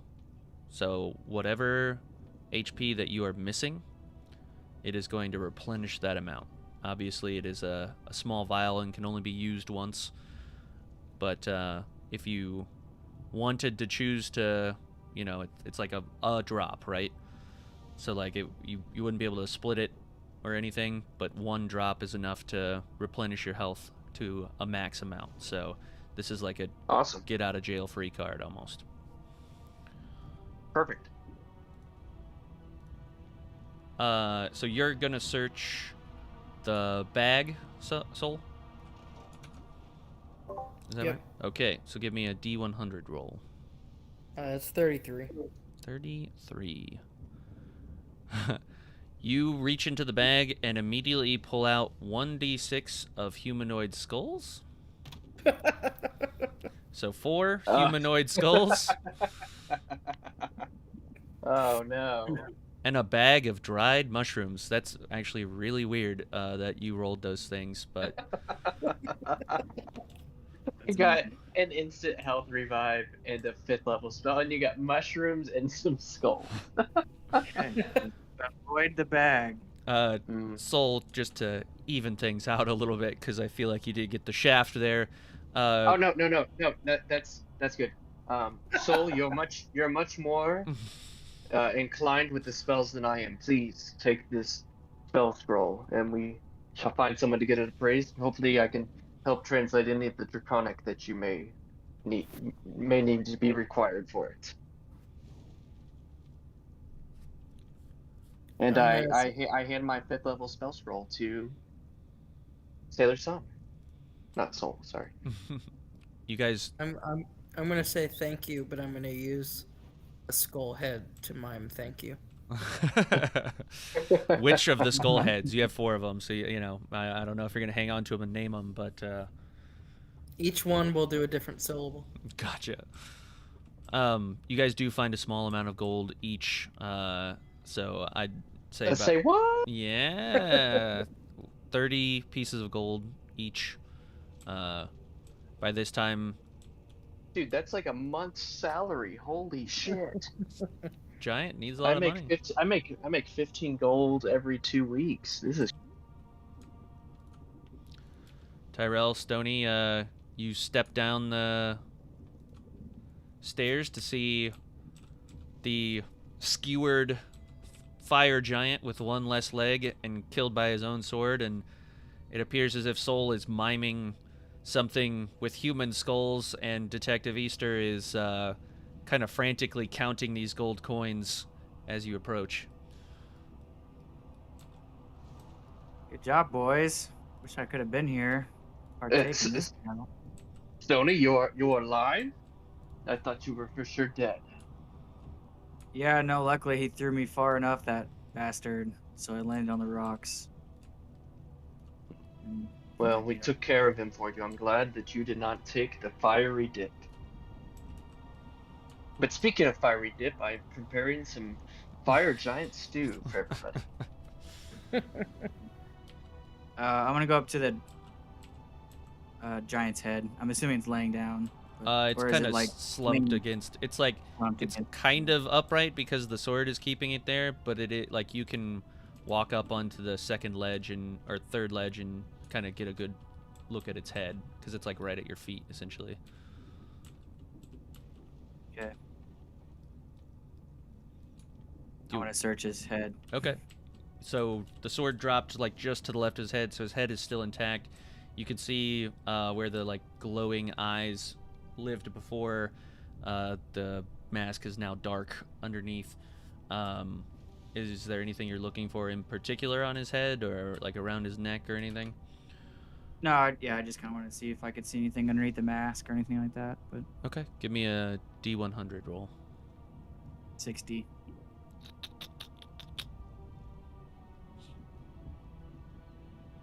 Okay, so you find a amulet. It's rather large because it fits a giant. It's tied with like a giant chain. These would be chains that you would see like hold down beasts and monsters and things like that. But it also is adorned with human skulls. You guys are kind of thinking to yourself, how did we not notice all these human skulls on this guy beforehand? But now that you've got the chance to get a closer look, I would say the amulet is very crudely like made, but the gemstone inside of it is like the size of a loaf of bread. Like it's enormous, and it's all in one piece. It looks to be a diamond. It's not like flashy by any means. It's not a certain color. It is just a clear diamond rough cut stone in a iron sort of molding or casting. So I mean, is it like liftable? it weighs a good like 40-50 pounds. Is there a way to separate it from the chain? You get the sense that you could heat up the iron. Yeah, the iron is going to be softer than the crystal itself, but I'm just gonna lower it down to the other guys then. Sure. And then toss it into the fire. Okay. Yeah, the fire's kind of scattered, but you can sort of set it in there and hope that it heats up the iron as much. You don't know that it's going to be hot enough because it's just enough to cook. It's not enough to smelt iron maybe, but there is a lot of stomach acid around. You might be able to finagle something. But right. I'm gonna start breaking up wood on the boxes and barrels and stuff. Okay. While we're deciding what we're doing, build it up a little bit. Yeah, you do find also 30 gold pieces. Just, you know, if we're gonna divide it up amongst all you guys. So Tyrell, you also get 30 gold pieces. And Tyrell, where are you going to search the giant? There's still the bag. There's still like his person, like Detective Easter and Stony searched. Well, I would think his most prized possessions would be on his person. Mm-hmm. But he's already been searched a bit. Has anal cavity been researched? Nope. Alright, not interested. I want to check the bag. Okay, give me a D100 roll. You find a big old mushroom turd. Actually, can I change my mind? No. You find Tug. That'd be kind of funny, actually. If you roll a 1. No, I'm trying. I don't have a 10. What the? Wait, what is this? Oh, that's a 10. Never mind. You want me to roll for you for 100? 28. 28. So you find a enormous cask of ale. This appears to have some like really scripty gold inlaid letters on it. It's not any kind of language you recognize aside from maybe like Dwarven. But the cask is probably, like a firkin, like a small keg, right? But it's like beautifully, like I said, inlaid with this golden text, and there's even golden bands to hold the cask together, and it has a date on it that is very small. Like you almost wondered, like it's only 2 numbers, and you don't know what the numbers are, but you know that it is in reference to the year that it was made, and you know that you are nowhere near that year. Like you're in the thousands, and this is a double-digit number. So this was made a long time ago. And it's full, or is it an empty? It's full. It's full. Ugh.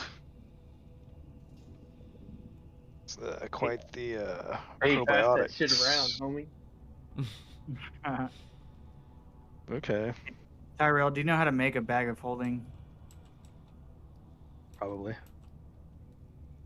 As a artificer, you do know how to make a bag of holding. I'll have to look up the things you need for said bag of holding, but I would also say you can probably find them on this dude that has all sorts of shit. Yes. So if you guys kind of want to rifle through like the leftovers here, and you're looking for something specific, feel free to kind of tell me what you're looking for, and I can tell you if it's on the fire giant's person or not. Obviously, there are certain things, but some of these are going to be giant-sized and may not be of use to you. Or you can try and lug them around. So, absolutely looking for a bag of holding or things that we can use to make a bag of holding. Sure. There is no bag of holding necessarily, but there is his loincloth made of some tough leather-like material.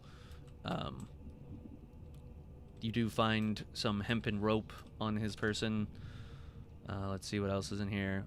The cauldron. Can I read what the D&D instructions are for that? Yeah, well, bag of holding. I can't even read half these words. Well, the bag of holding is going to take a lot because it's it's pretty special. You're opening up a space into so. Astral plane. Mm-hmm. Yeah, we need a bag woven from the material of astral planes. So such as one from Githyanki world possessed, or from the mane of a Fu lion, a small Janseth gemstone on a chain of silver. It's very specific and very difficult to find.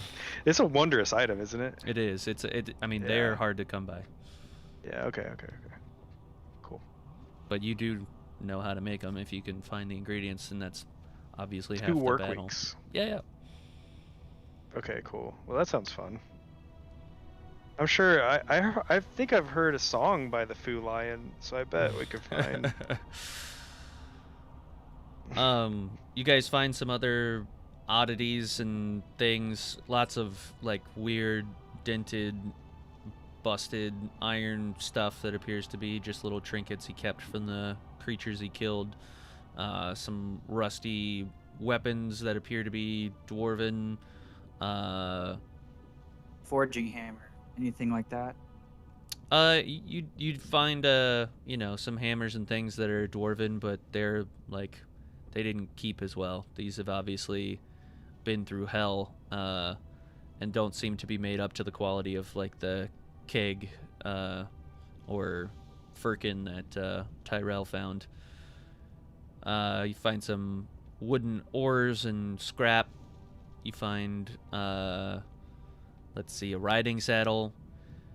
You find a couple chickens in his bag, moldy loaves of bread, some fence posts. I will take one of the chickens and I will feed it to. I'll just wring its neck and feed it to Professor Bojangles. Okay. Okay. You find kind of a stone carved, crude little statuette. It is your size, though. Obviously, to him, it would be about hand sized, but to you, it's enormous. You find some honeycombs, like beehive honeycombs, and a drum, and a wagon wheel. And finally, a tombstone. Artificer, is there any of this material that you can use, perhaps to create some sort of a golem or create some sort of way out of here?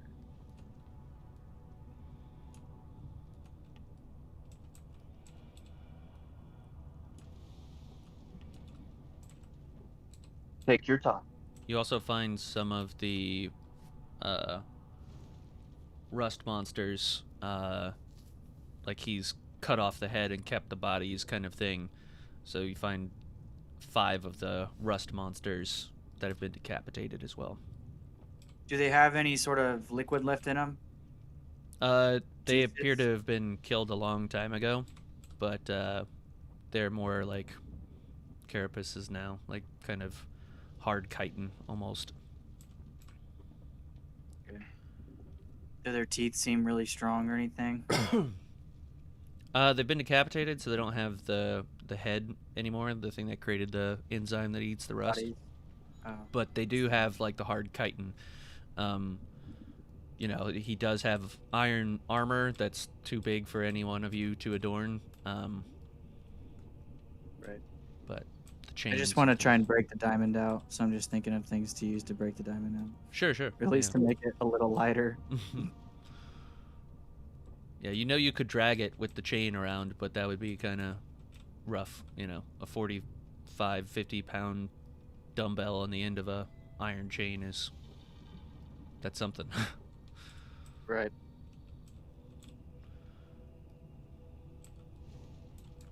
Tyrell, is there anything here that you can use to craft us a way out? I'm gonna use the restroom and get a drink while you guys discuss things. I'll be right back. Okay, while he's gone, let's cheat. How do we get out of here? Okay. I was hoping you would craft some sort of your own golem or something out of this iron giant. A golem? Or make him do your bidding or something like that. I mean, maybe if we could make like a really large boring tool to like just drill through everything, that'd be kind of neat, but that sounds complicated. You know what might be even cooler, actually, since you know what we found out about this guy?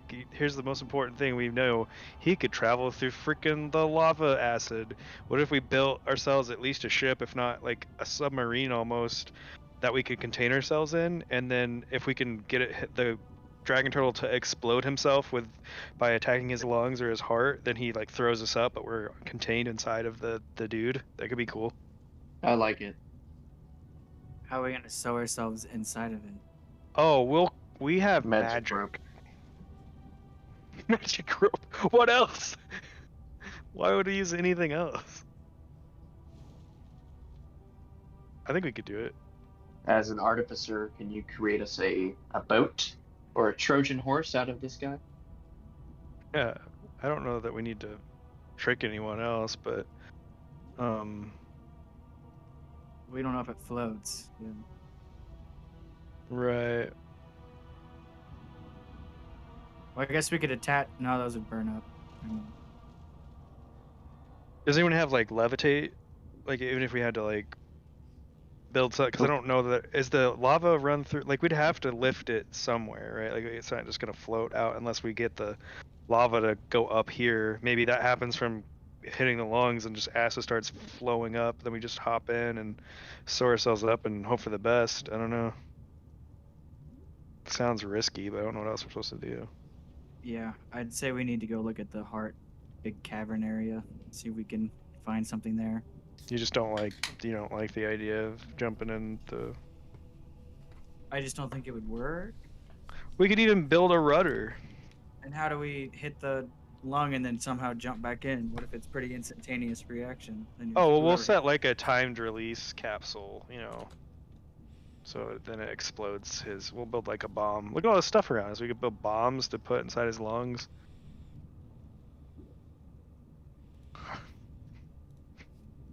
But we can go look at the heart first, that's fine. It actually might. I have a feeling we're going to need to go to the heart, or even potentially, what we do know that we can raise acid with, is going back to where that we first started, and we can fuck with whatever those exhaust pipes are to get the acid to go up. That might be our trick, is building ourselves a capsule out of his body, and then getting into that room, and we know how to get that thing to get acid up. That's where I'm at. You do recall that the rust monsters, when thrown into those exhaust pipes, so to speak, raise the level to where the exhaust pipe is, kind of thing. So.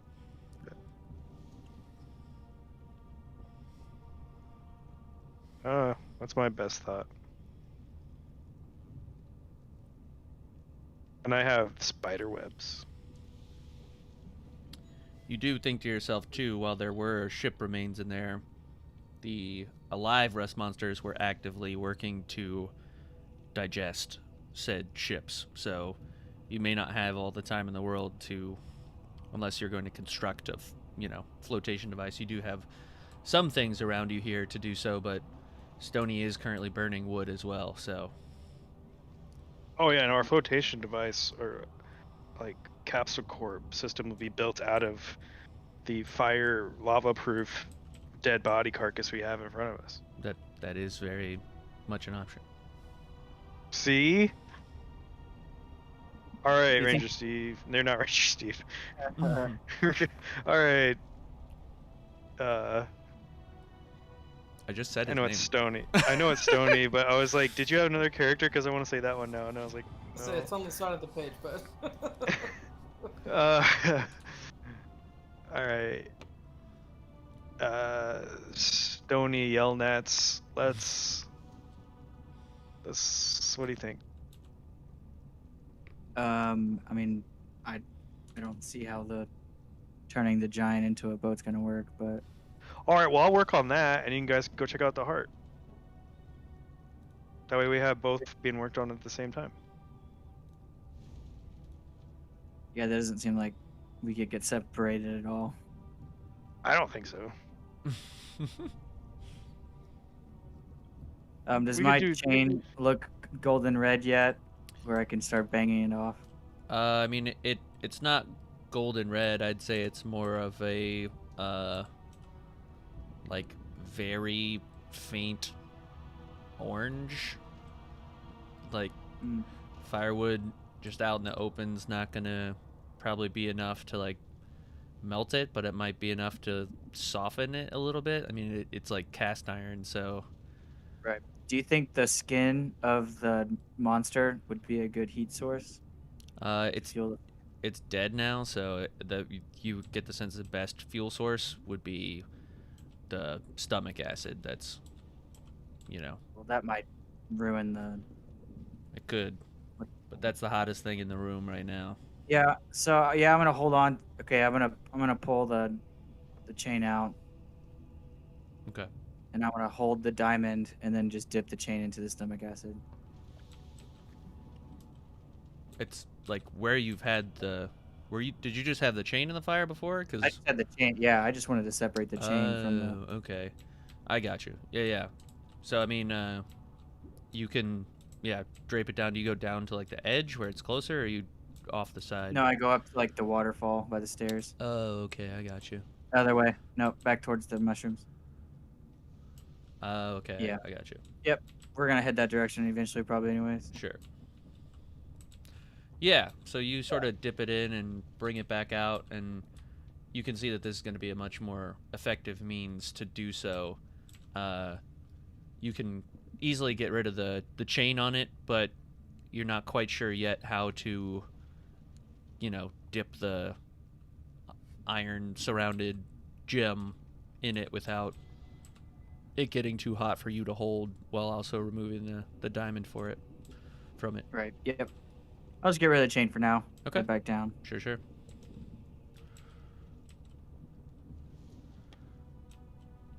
Hey, Artificer, can you make me a pretty sturdy backpack? If you could. What do you please. consider sturdy? Like, what? I guess we got some canvas options. It can carry 50 pounds, is what sturdy means. I'm gonna toss this diamond at his chest. Like, I can carry this.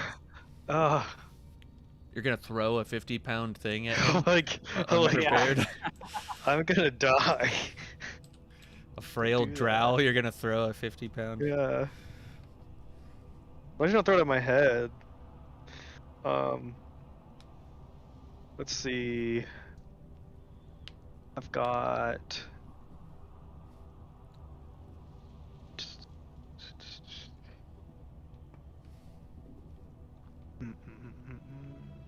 How's that stew looking? I have.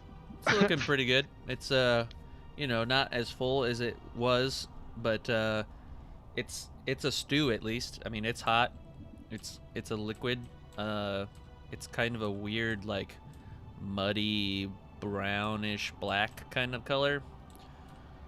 Gotcha. Can I do a wisdom check? Sure. I'm gonna pull out like a little cup of it. I'm assuming there's like a ladle or something around that we ate it before that I can find, and I want to do a wisdom check on it to see should I eat this.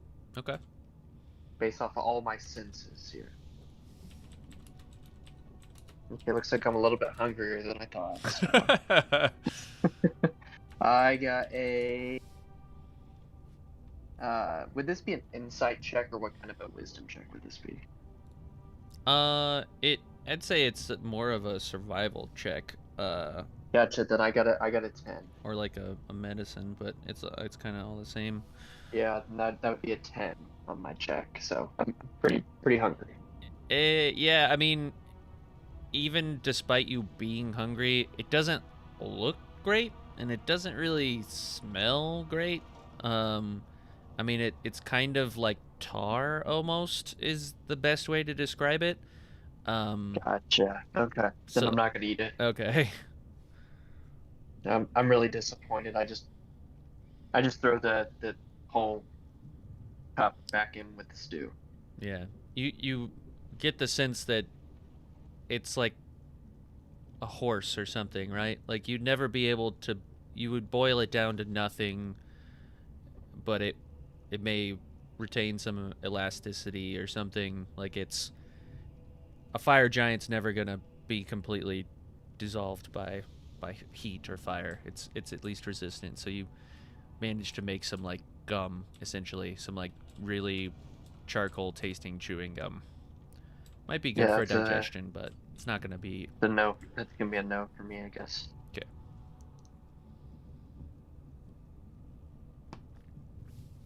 Sorry, Detective Easter. Maybe pursue cooking and another multi-class feat or something. I don't know. I've taken a lot of feats in this game, but I have not looked at a cooking feat. I might want to look at that. just for role playing aspects. Yeah, I mean, I've always thought about playing as a chef. I thought that'd be fun. Just be a support class, make meals on the fly. But have like wicked cool butcher skills. Or I'd just try and tame monsters and beasts with my cooking skills. I don't know. I have no idea. While the conversation is going on, I'm searching through all my inventory, and I'm seeing a couple of things like my old bone wand of magic detection. I've got my rope near me. I pull out this worn white business card that makes me very mad because it's so well made. It's got a nice serif font, a nice weight, name's on there 3 times.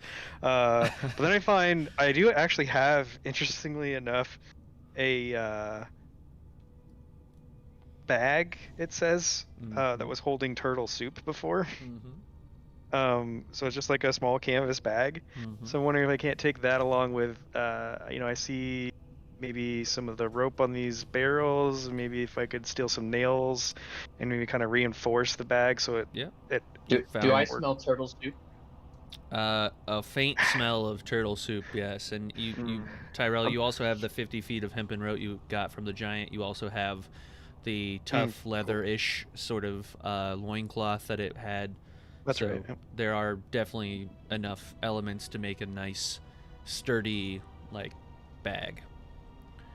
Tyrell, is that... do I smell turtle soup? I don't recall.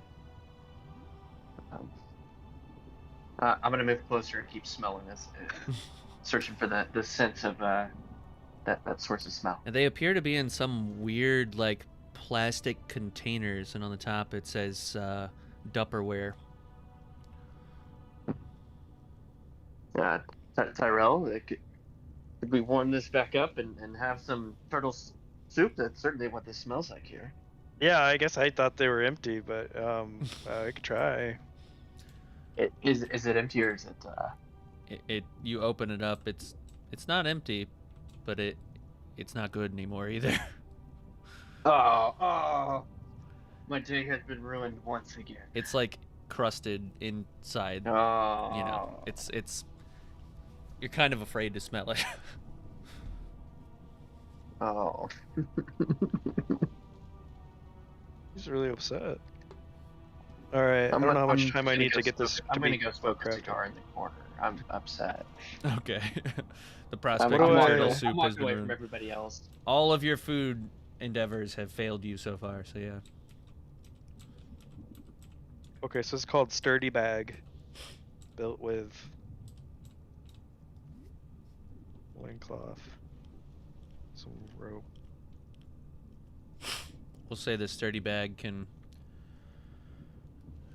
It's like an adventurer's pack or something, right? Like you would take your, like, hiking, right? Like a big bag, like, kind of distributes the weight so it doesn't make it too cumbersome. But we will say that just the weight alone, you know, it's gonna lessen your speed by 10, like movement speed or whatever. So it's not gonna hinder any of your attacks, but it will hinder your speed. Okay. Well, I mean, I can hold it. He doesn't Well, I have mean, to I hold figured it might help train me if I think that if I know it's gonna hinder me now, but maybe later I'll be even faster because I'll be so used to. Or maybe you'll just have a lot or of stronger joint pain. Because while I appreciate your Dragon Ball reference, and I thought that too, I don't know that kind of training is actually beneficial. Super effective. All right. I'm just saying, whoever the wearer is, like, this bag can carry 100 pounds, right? Okay. And it won't That's a hinder lot. any of your movements, but it will slow you down by 10 when there are contents in the bag, so to speak. Okay. Well, generally my speed is something that's pretty helpful for me, and I don't fight close combat, so maybe because I will die real fast. So maybe someone who's good with tanky, this would be good for them. You think to yourself, Tyrell, man, this bag would have come in huge benefit when we had an egg we had to take care of. Oh. Oh my gosh. Yep. All right. Well, thank you for making the bag. I can definitely hold it. Well, you should probably use it, put your thing in there. Right. I just Giant treasure comes with some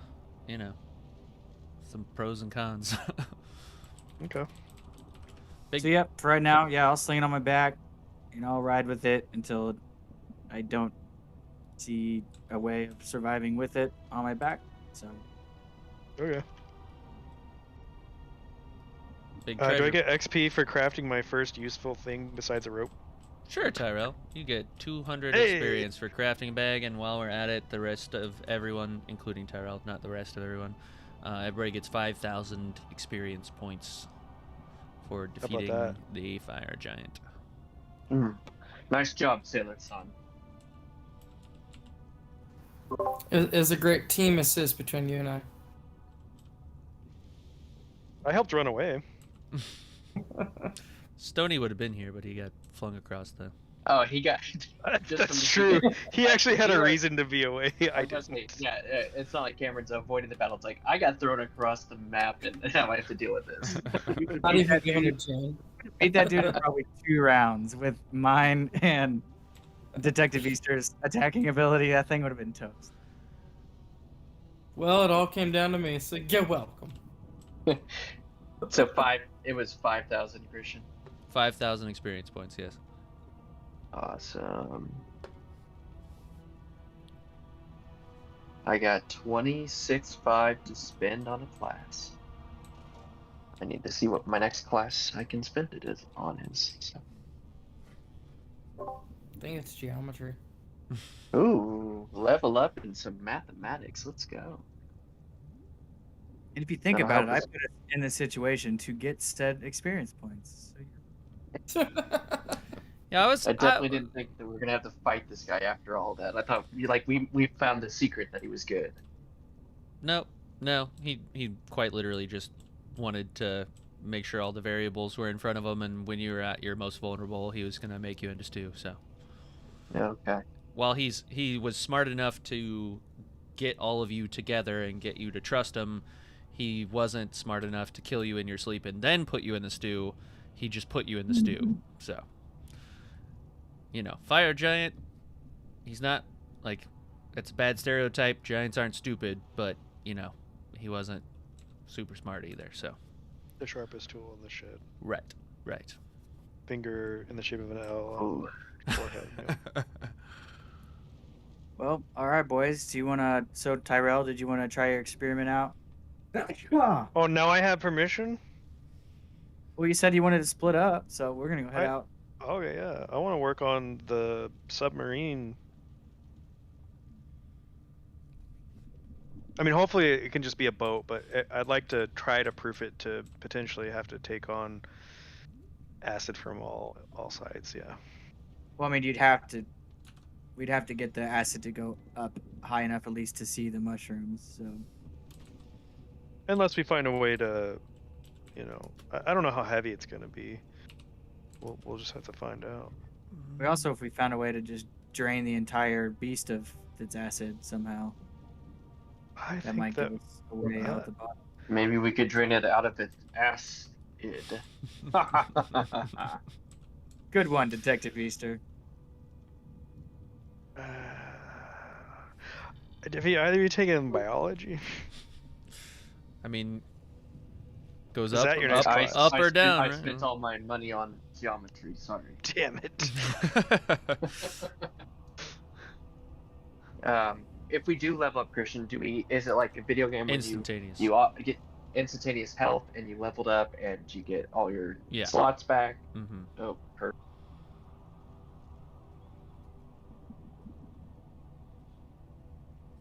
At least in our ruling. Well, Sailor Sun, what does your moon wisdom tell us to do? Yes, I do believe that we should allow Tyrell to test this stuff while we go in search of the heart. And to eat the heart. Well, eating the heart sounds fantastic. I'm starving. Let's go. And I start to walk back to the way we came. Okay. Yep, same.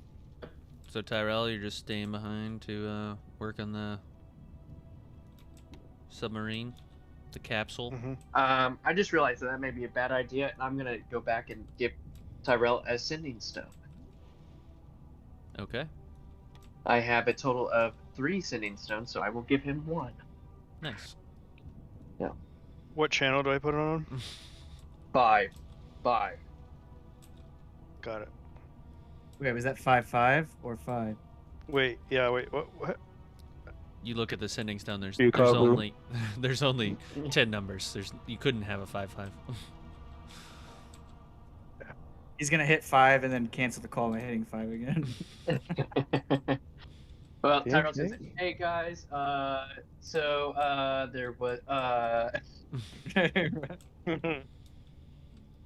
So So as you guys make it up into the tunnel, you see the Myconids once again. They are not paying you any kind of attention, but they have sort of clustered all along the edges here, and they are fully blocking now the path. Like, there's not, aside from the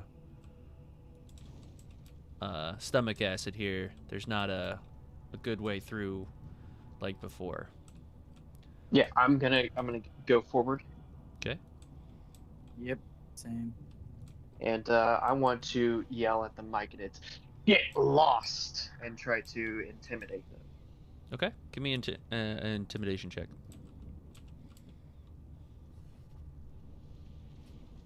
Okay, I'm going to use my re-roll on intimidation that I have. As... Okay. So you're gonna use a point of inspiration. It's actually an ability that I have. Okay. Okay. I can continue to try to re-roll like an intimidation check. But I can do that like as part of combat, like a re-roll. But in this case, I didn't do much better here. Let's see if I scare off some little ones. I got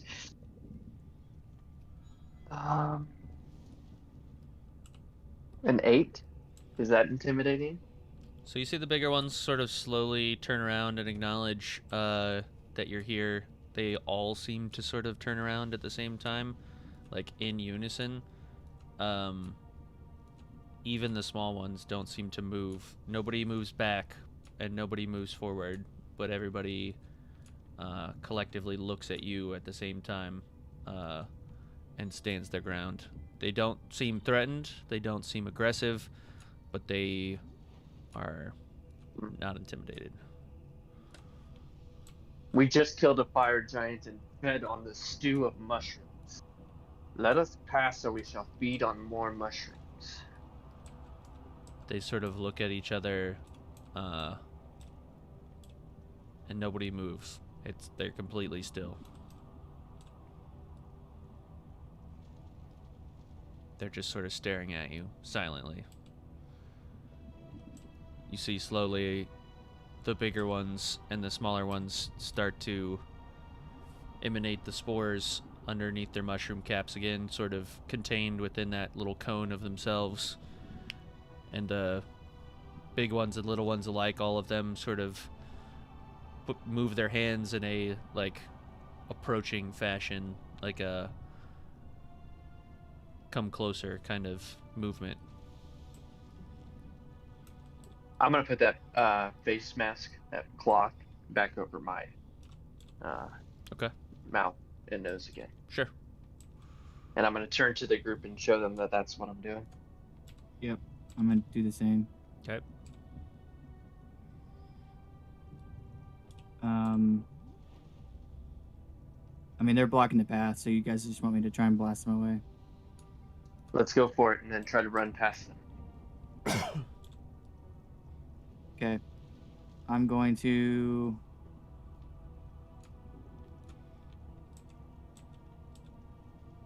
Well, I mean, I wonder if Fog Cloud would actually counteract the spores. That'd be cool, but I don't want to waste it. I'm definitely going to try to kick one of these little ones. Okay, yeah, I'm going to cast Gust of Wind, so 60 foot long, 10 foot wide, strength saving throw. Okay. If they fail, then they're all pushed 15 foot back. Maybe that'll cause a catastrophic bouncing of dominoes, and maybe some of them will fall into the acid. And that's a good move. So what's the check that they have to make here? It's a strength, so a strength saving throw. Okay. So if it's just my spell DC, then it's 15. Gotcha. I'll roll collectively for the cluster here on the left. And 11. So they fail. So you're just pushing them straight back from where you're at, I assume? Yep. Okay. Just hoping it's just an effective. So you push him back. It's like a constant stream of air. You see the little cloud, the mist that they're emanating of the spores that are coming out of their caps sort of push back as they are also pushed back sort of into a cluster, sort of bumping into the ones behind, not as affected by the gust of wind. So you've kind of effectively herded them. One of the small little guys sort of falls into the stomach acid and like squeaks and pops and fizzles as he disappears, but the bigger ones sort of hold their ground, doing their best to like resist your wind, but you've effectively pushed them back a good amount, the 15 feet. I'm going to sprint at the cluster. Okay. And as I get close, I'm going to push my echo 30 feet out behind him and then try to echo locate to swap spots. Gee, so, thanks. Like, past him, essentially? Yeah. Okay. Yeah, you succeed. No issues there. You do have a little mushroom still between you and complete and total, freedom or whatever, but... Yeah, I'm going to just try to field goal kick that mushroom back into the lava. Okay. You succeed. No issue there. And with the face mask on, you keep your distance. There's a little poof cloud of spores as you punt this thing with your giant dragonborn foot. And it sort of bounces off the top of the ceiling and ricochets like a squeaky toy and then pops and fizzles into the stomach acid once again. Yeah, now I'm gonna turn around and try to work my way back, and maybe we can work these guys off the edge somehow. So I'll work my way back and maybe kick another one, but I'll wait and see what their movements are as well. Okay. It's kind of like a, divided attention. Like half of them are on you now, half are on the other. Okay. Yep. I mean, if they're not, are they attacking or not attacking? They're not attacking. Okay. Yeah, I'm gonna step up and just throw my trident through the biggest one in front of me. Okay. Go ahead and give me a D20 check. Like a armor class. Yep. It is a 11. Okay. This one sort of lands, but it does not hit. Like it seems to go wide and miss. So your shot just didn't land. It didn't even hit him.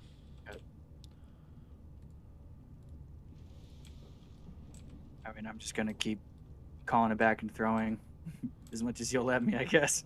Okay. Yeah. Yeah. I'll try to help him out as well by attacking with my echo on that side. Okay. So yeah, over time, you guys just hack and slash your way through these mushrooms, like keeping your distance, ranged attacks from Stony, any input that Soul wants, and just the echo of Detective Easter, like hacking and slashing at these things. They do, try and stop the blows from landing on them, but they don't make any aggressive move towards you or anything. Soul, are you making any attacks or anything? Ranged attacks, spells, things of that nature? Nah, I'm good. Okay.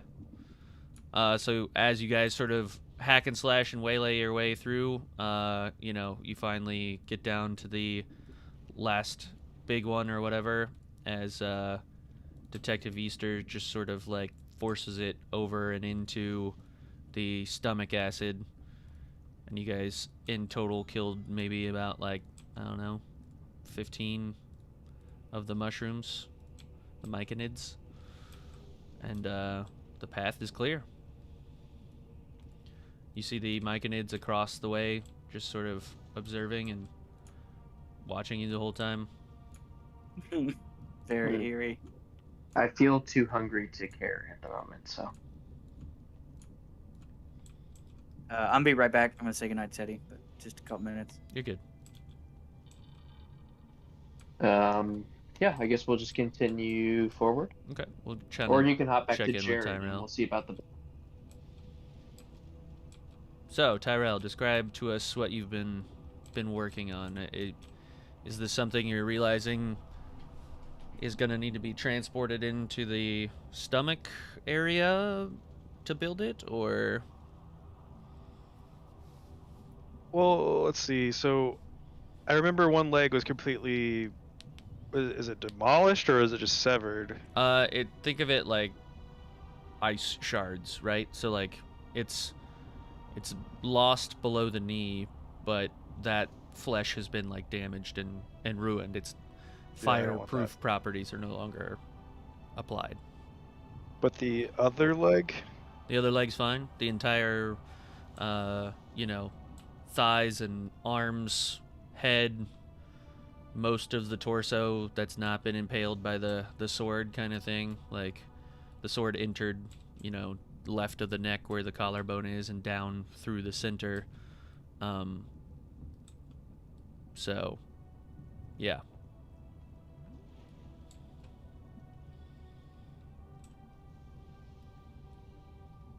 I mean, honestly, my thoughts were around the still good leg because it was the first thing that got completely dunked under the lava. So I know the properties of it should hopefully retain.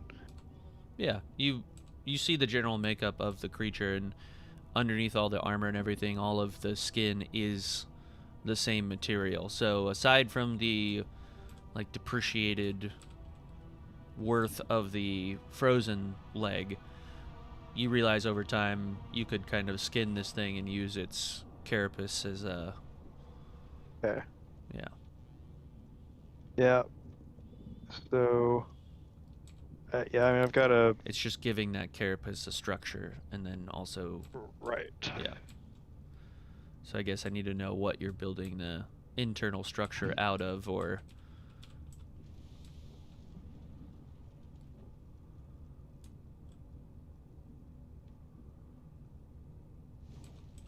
And there is the iron armor, like the molten forged stuff as well. The chains, there's the wood from the crates and ropes around you. I mean, his boot is what has been the most interesting to me. Mm-hmm. I don't know. It would need some modification to be able to fit for humanoids inside of. I was going to say, you could probably fit two, one rather comfortably and the other one less comfortably in the boot, but there are two boots. The iron boot is unaffected by the frost on the other leg, but the leg is gone, so. Yeah. I'm almost thinking if I can discern some ways to construct the boots together. You have the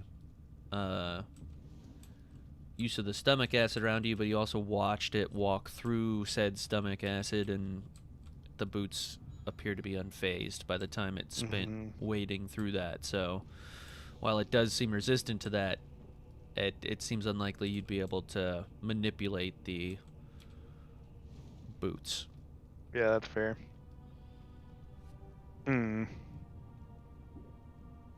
But you could maybe cover the boots at the top, because they do appear to be self-contained. Like, it only has one opening, so one point of failure, so to speak. You just have to find a way to encapsulate it, and it obviously wouldn't be something that you could control or steer, but yeah, and they're not gonna be naturally buoyant either. No, but pressure is a thing. So in the right place, in the right amount of pressure, something would move, whether it was buoyant or not.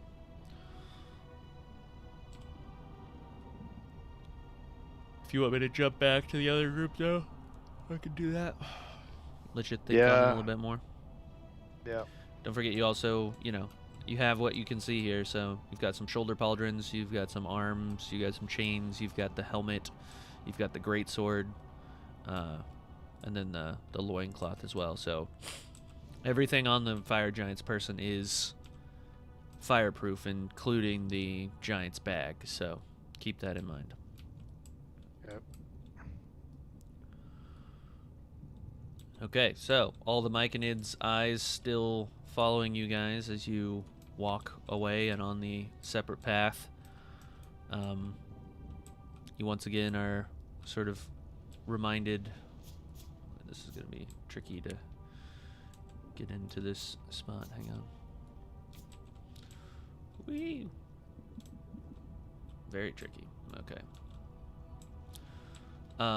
But yeah, as you sort of come around the corner, you know that you can turn left to go back into the stomach, or you can continue down the path to the heart. You have to make a little hop and a skip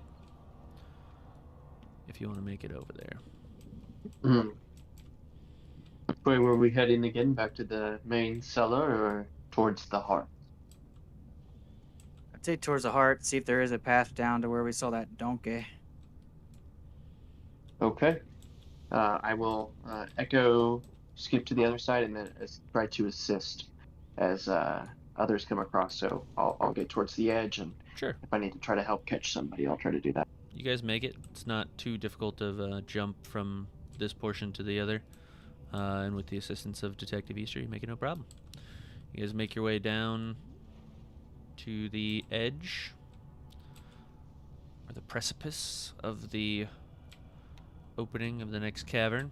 You hear that lub-dub, lub-dub, lub-dub sound again as you look into the room where the beating heart is, the many ventricles offshooting. It's hard to see what exactly is through the room. It does appear as if the heart is under duress. The steam is sort of thicker than it was when you guys first entered. The air is becoming a little bit more humid and hard to breathe. It's almost choking. But even through the mist, you can see a donkey still on the corner with some rust monsters, just sort of minding their own business, but in the close proximity. You know, the rust monsters are paying less attention to the donkey than the donkey is to them. The donkey's making sure to keep its distance and remain still, kind of thing. They're just in a standoff. But it's hard to see anything else through the fog at this point. Awesome. I'm gonna try to go around to the left. Okay. So, yeah, you make your way around to the left, sort of clean the walls and such. You see that there's not really a great way to connect. If you go up here, you realize you could jump down and out a ways, but it is a little bit of a fall to then land on a ledge. That's okay, I'll do it. Okay. Gonna take And I'll use my slow fall reaction. There you go. Make it safely down below. You see the connecting sort of walkways, but then it does lead to a sort of sheer climb up to a little narrow, like you'd have to press yourself against the wall to walk along it until it kind of gets back to where you have a foothold. I'm going to see what the other guys are trying to do. So I'll wait for a minute. Okay. Upon stepping out, you guys do see something you'd have to like crawl on your belly to go under, and then it would maybe open up into a new area where it looks like there's like a little bit of a flat surface, but you don't know what's on the other side. Your view's obstructed by the wall. You saw Detective Easter kind of go around to the right. Stepping out here, you can see a little bit better. Again, the rust monster and the donkey. On the edge, there's some sort of like steam vent pipe thing, not unlike what you saw in the stomach area that sort of is behind the donkey and the rust monsters. But Can we tell if there's a way to get up to that point? it's hard to tell from where you're at now. It does appear as if there's man, these rocks are killing me. It does appear as if there's, organic kind of structure connected to the steam vent, but it's hard to tell exactly. Okay. Yeah, I just want to yell down to Easter that there's a vent down there on the other side. You might be able to get to the top of it, but it might be worth coming back to the other side and shimming underneath the rock. Mm-hmm. Do you guys want to try to take that side and I'll take this side, or do we want to all go towards the same side? That's up to you. I mean, I don't even know how you're going to get back up here, so.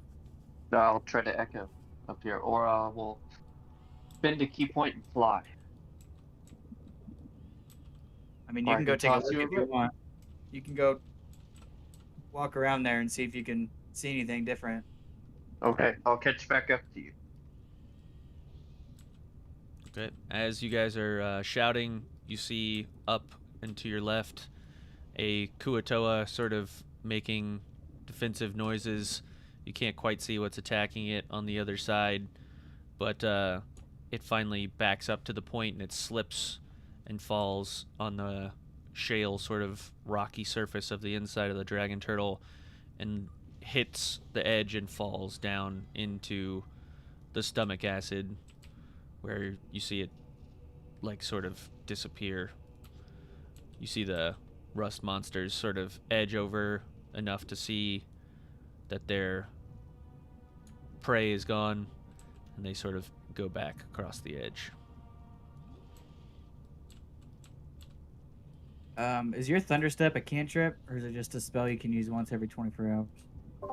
It's just a spell. Okay. Sorry.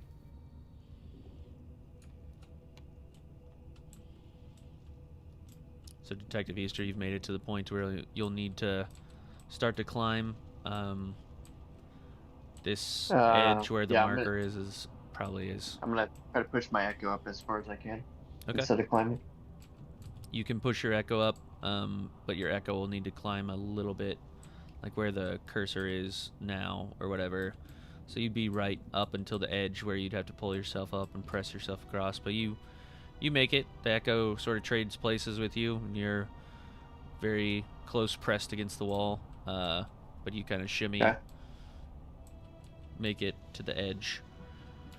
Very careful and slow to make sure you don't slip and fall.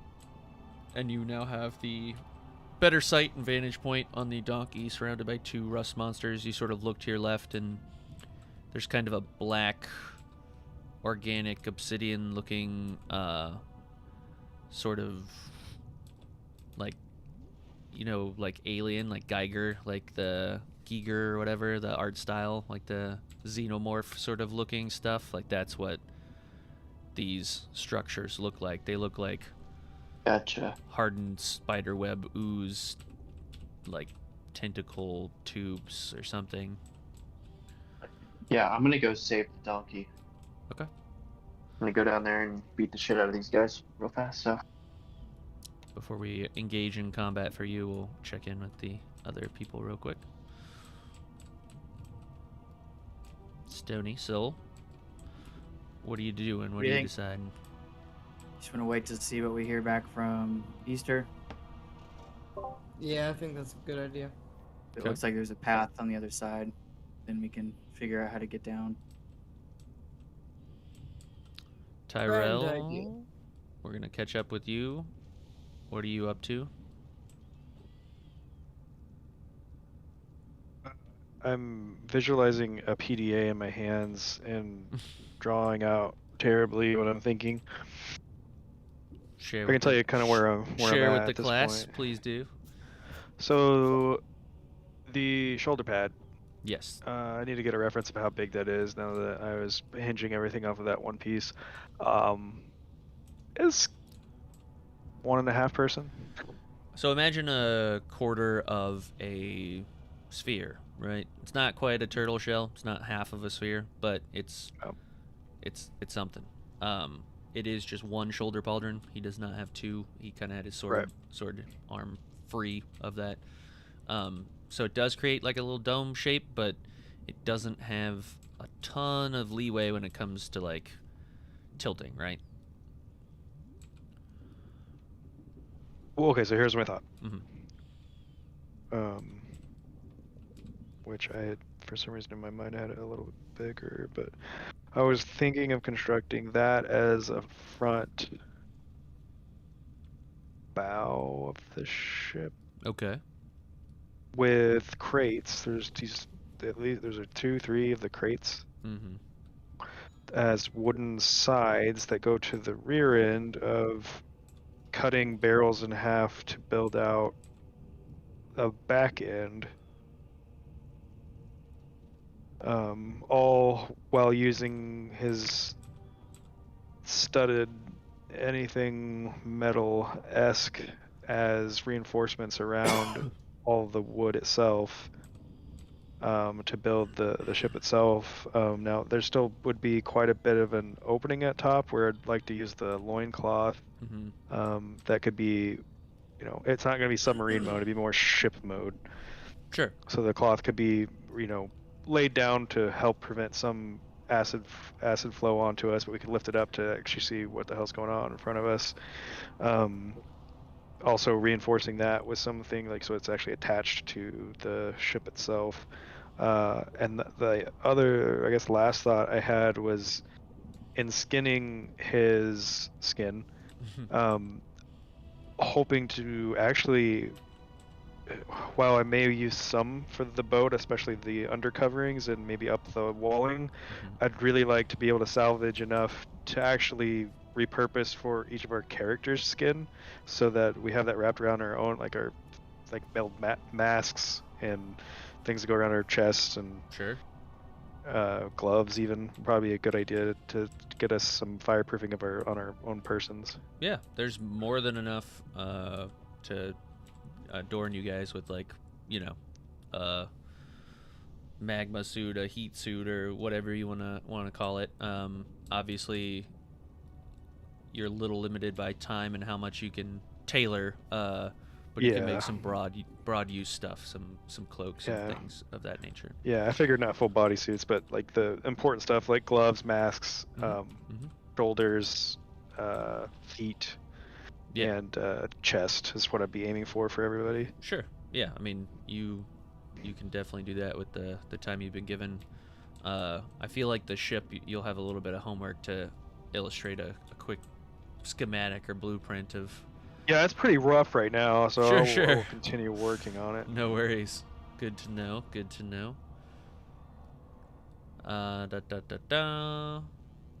Detective Easter.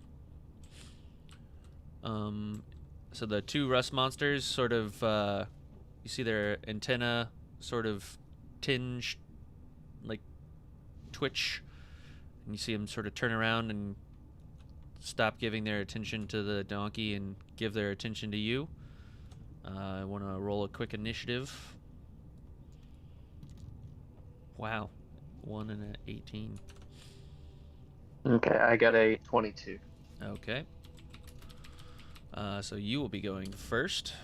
So you got the right and the left one.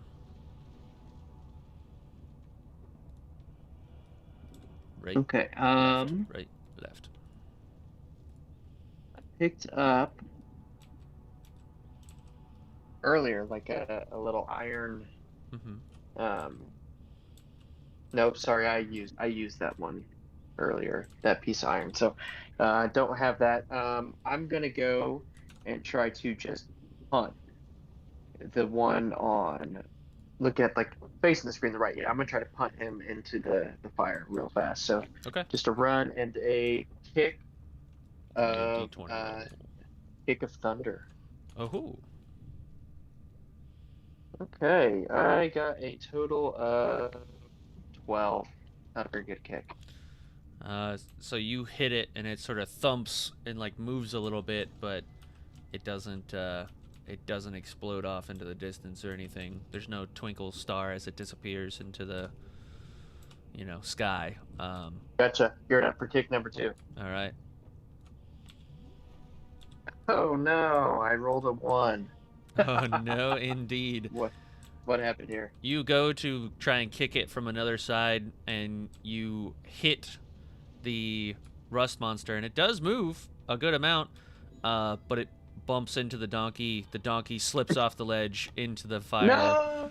And the rust monster sort of scrambles. You see its legs like start to try and grasp on, but the shale sort of brittle rock flakes away, and it also falls into the stomach acid, leaving the one rust monster left. This is twice that I've kicked a rust monster right into something that I was supposed to try to protect. I've gone enraged. I'm not going to try to kick this guy off. I've put my silver sword away. I've pulled out my baton. I'm going to beat the living fuck out of this thing. So Okay, well, yeah, go for it, I guess. Yeah. I rolled a 19. It lands. Okay. Roll damage. I rolled a 12 damage. I'm going to use a key point to now use Fury of, or I'm going to use key point to turn that into a stunning strike. Okay.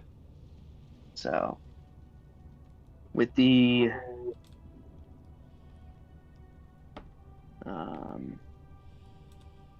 just trying to see if I have stunning strike set up on here.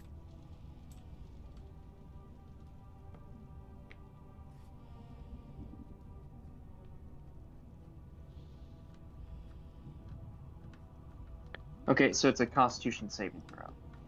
Okay. Yeah, is what you're gonna have to do with the same. So against a 15. It does not make it. Okay. So is it going to be able to attack next turn? No. It is Okay, stunned, and you've cleaved. Police brutality. I'm gonna continue to beat it. All right. Just with my. Tell me how you all kill it. three texts. Yeah, all three texts. I'm just going to beat it, and I'm so upset that this is twice now I've gone to try to kick one of these things, and in my anger to kick it off and to try to help, I have hurt those that I've tried to help, and I'm extremely frustrated, and so I end up just beating this thing until it's pulverized. Oh, it is a pulp of just mushy bits and flakes of chitin, and just it's a stain on the ground by the time you're done. Like, the bone is about the only thing that remains, and you've got rust monster splatter all over your clothes and everything, and you're kind of heavily panting and breathing, but it's dead. It's real dead. It's the most dead anything's ever been. I'm just hungry and I'm frustrated. I don't want to be here anymore.